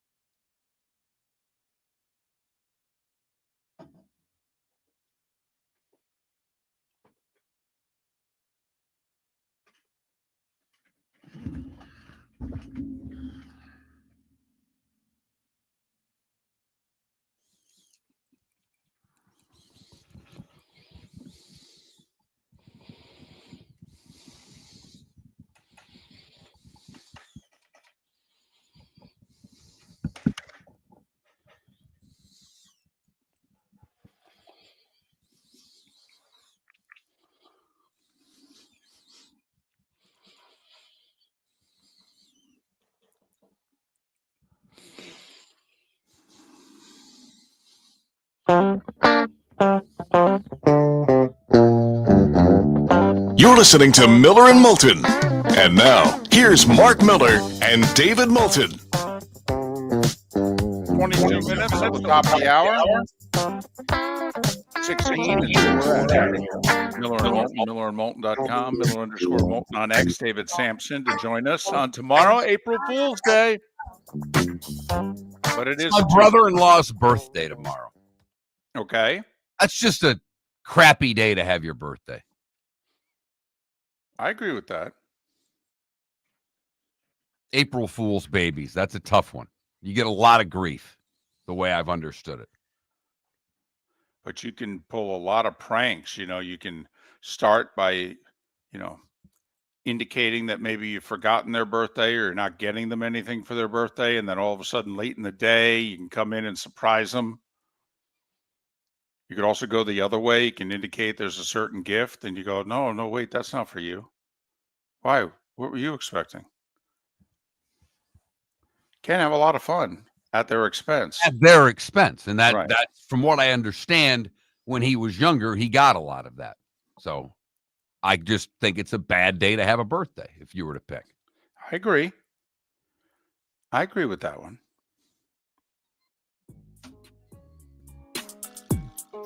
It's that time again, nearing the end, but not quite there yet. Here's Mark Miller with Today Was the Day When. Today was the day when, brought to you by Game Day Men's Health. Go online, GameDayMen'sHealth.com. Visit their Naples or Bonita location and mention Miller and Moulton for 10% off your services. Game Day Men's Health. Today in 1889, the Eiffel Tower officially opens in Paris. It holds the record for the tallest man-made structure for 41 years. Today in 1906, the Intercollegiate Athletic Association of the United States is founded to set rules in amateur sports. It would become the NCAA in 1910. Happy 100th birthday to Whoa Whoa AM in Fort Wayne, Indiana. One of those great 50,000 watt clear channel AMs that you can hear everywhere. I remember being in Tampa, Florida as a kid, coming back from dinner with my parents and my dad doing what dads did of that age, scrolling through the AM dial to find a sporting event. And we stumbled upon our beloved Saginaw Gears playing the Fort Wayne Comets on WOWO. 1931, Newt Rockne is killed along with 7 others on a plane crash on a trip from Kansas City to Los Angeles. Rockne's record of an 881 winning percentage remains the best ever. Today in 1949, RCA Victor of Camden, New Jersey, David, introduces the 45 record player and the 7-inch single that was more durable than the 78 RPM one. Jimi Hendrix first burned his guitar today in 1967. 1973, Ali suffers a broken jaw in a split points decision loss to Ken Norton. He would win the rematch in another controversial split decision. He suffered the broken jaw in the second round of a 12-round fight with Ken Norton and finished the fight and nearly won it. 1975, UCLA beats Kentucky, Wooden's 10th title, and he did this one after announcing his retirement 2 days prior. 1985, the first WrestleMania is held at Madison Square Garden. The headliner was Mr. T and Hulk Hogan taking down Rowdy Rodney Piper and Mr. Wonderful. Ali was a referee. Liberace was the timekeeper. Nice. 1997, Arizona gets their first title in their first title game, beating Kentucky in overtime. Pitino's last game as coach at Kentucky. He would leave for the Celtics job. I jumped a couple. 86, Louisville beats Duke. First tournament to use the shot clock. It was 45 seconds then. And in 87, Keith Smart hits the game winner as Indiana beats Syracuse by a point. Bobby's third and final title at Indiana. The Matrix was released today in 1999. And the Connecticut women's team defeated Oklahoma today in 2002 to conclude a perfect season, 39-0. Boxer Jack Johnson, Cesar Chavez, and Gordie Howe would have all celebrated birthdays today. Actress Shirley Jones is 91 years old. Musician Herb Elbert is 90. Christopher Walken is 82. Al Gore, 77. Angus Young is 70. Receiver John Taylor, 63. Goaltender Tom Barrasso is 60. Steve Smith, Motor City Smitty, is 56. And Pavel Bure is 54. What did I miss, David? Oklahoma premiered on Broadway today in 43. You know my love. Oklahoma. Oh, sorry, that's the wrong reference. Right. Selena killed today by the president of her fan club. That seems to be totally contradictory, by the way. 30 years ago today, she was killed, 1995. Wow. That's all I got.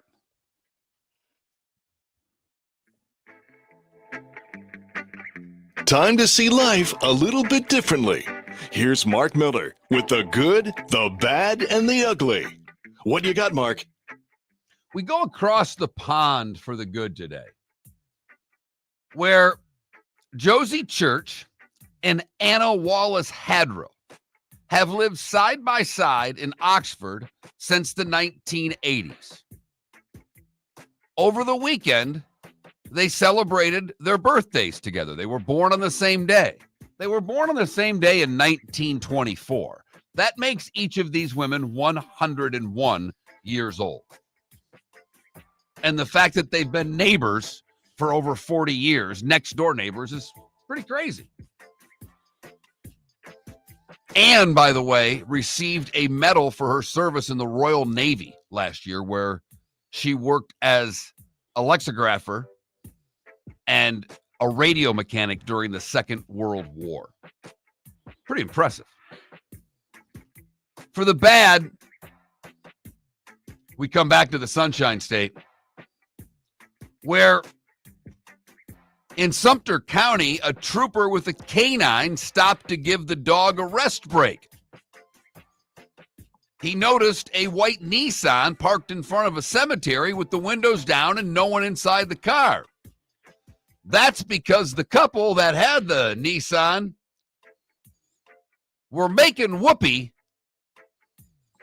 on a grave. The troopers approached the couple who went back to their vehicle to get clothing. Turned out not only were they having a little fun at the cemetery, they had a ton of pills with them, none of which were described to them. Oh, boy.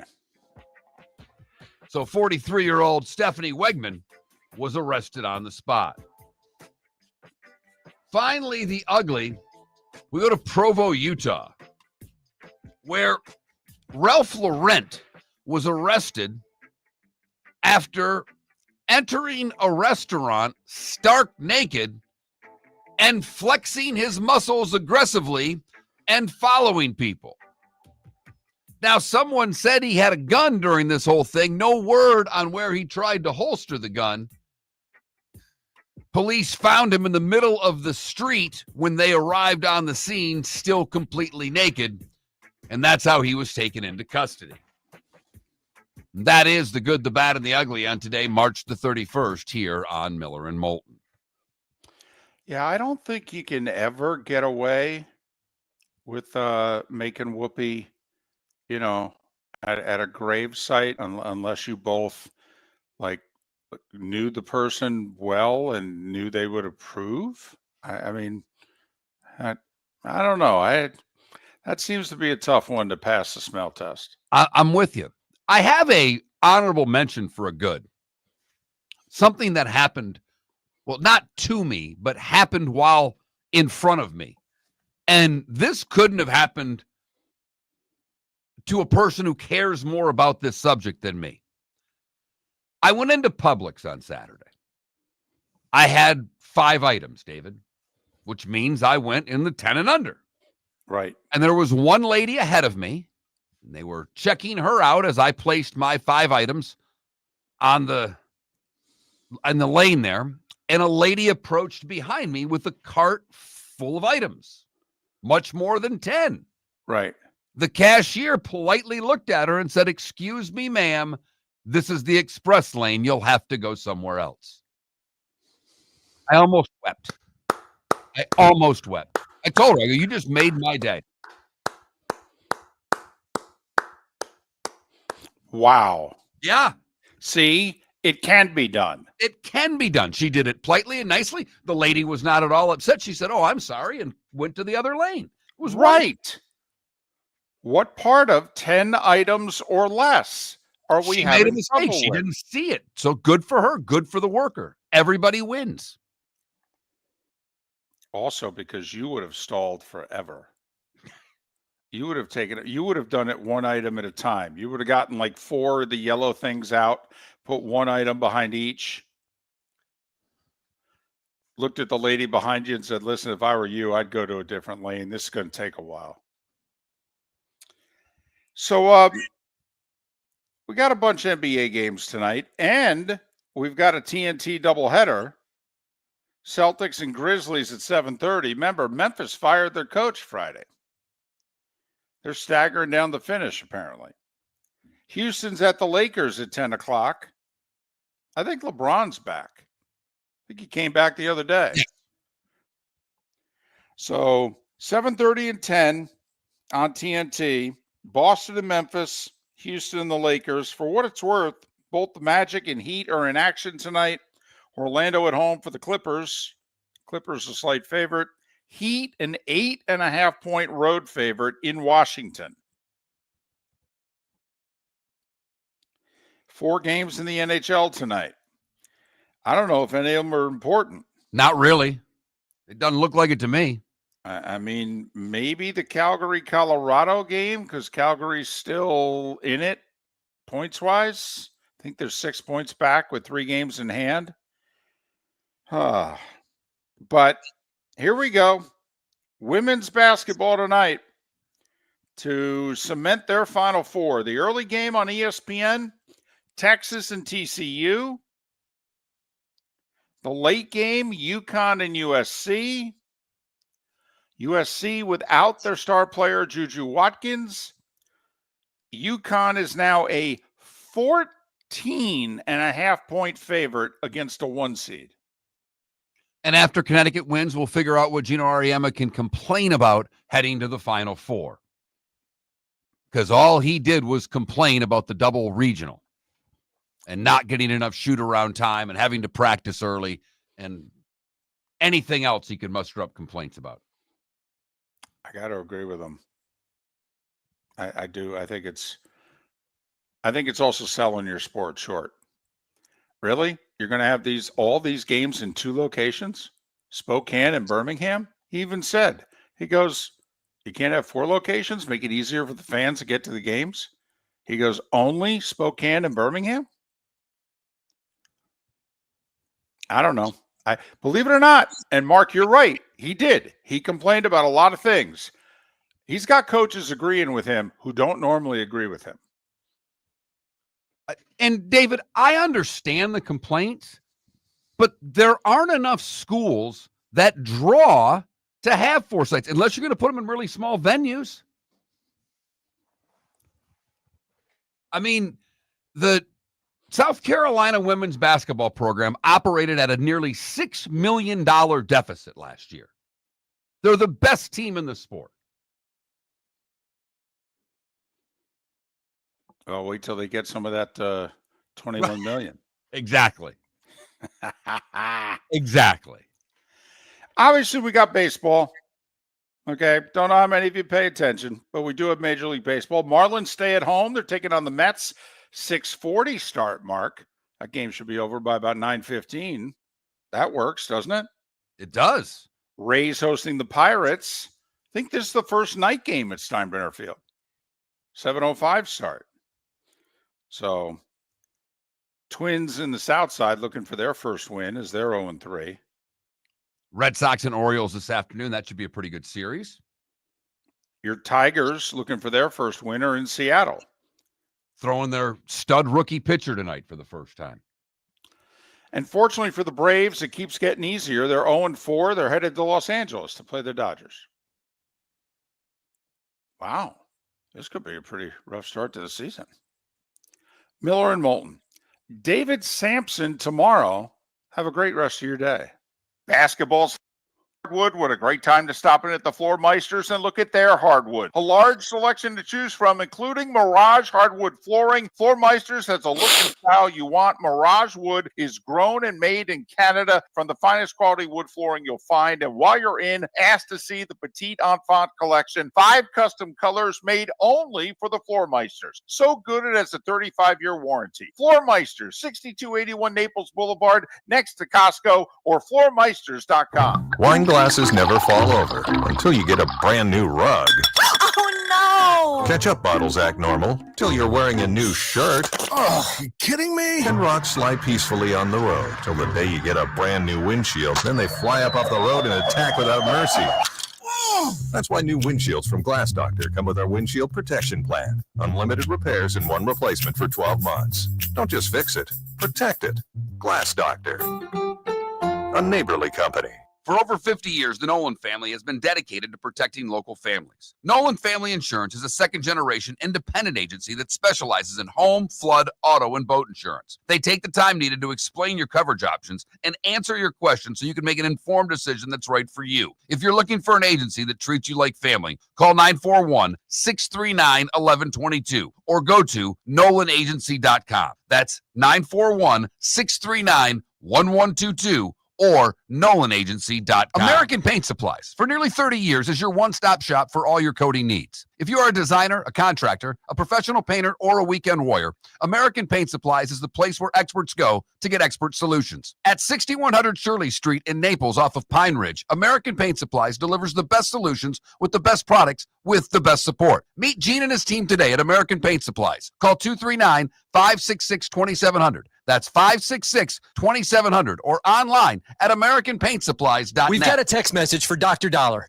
I feel tired, sluggish, and just not myself. I'm gaining weight, my energy is low, and I've lost my drive. Could it be low testosterone? Absolutely. Testosterone naturally declines over time, but you don't have to accept it. Low T can affect your energy, strength, mood, and focus. But here's the good news. Testosterone replacement therapy, TRT, can help restore your vitality and get you back to feeling your best. Imagine waking up strong, sharp, and energized, ready to take on the day like you used to. At Revitalize Clinic, we specialize in physician-guided, American-made TRT designed just for you. Take control of your health today. Call Revitalize Clinic at 239-277-5770. Visit revitalizelounge.com or text Dr. Dollar directly at 239-980-2302. Feel like yourself again. Testosterone replacement therapy, because your best years aren't behind you, they're just getting started. Text Dr. Dollar now at 239-980-2302. This is Miller and Moulton.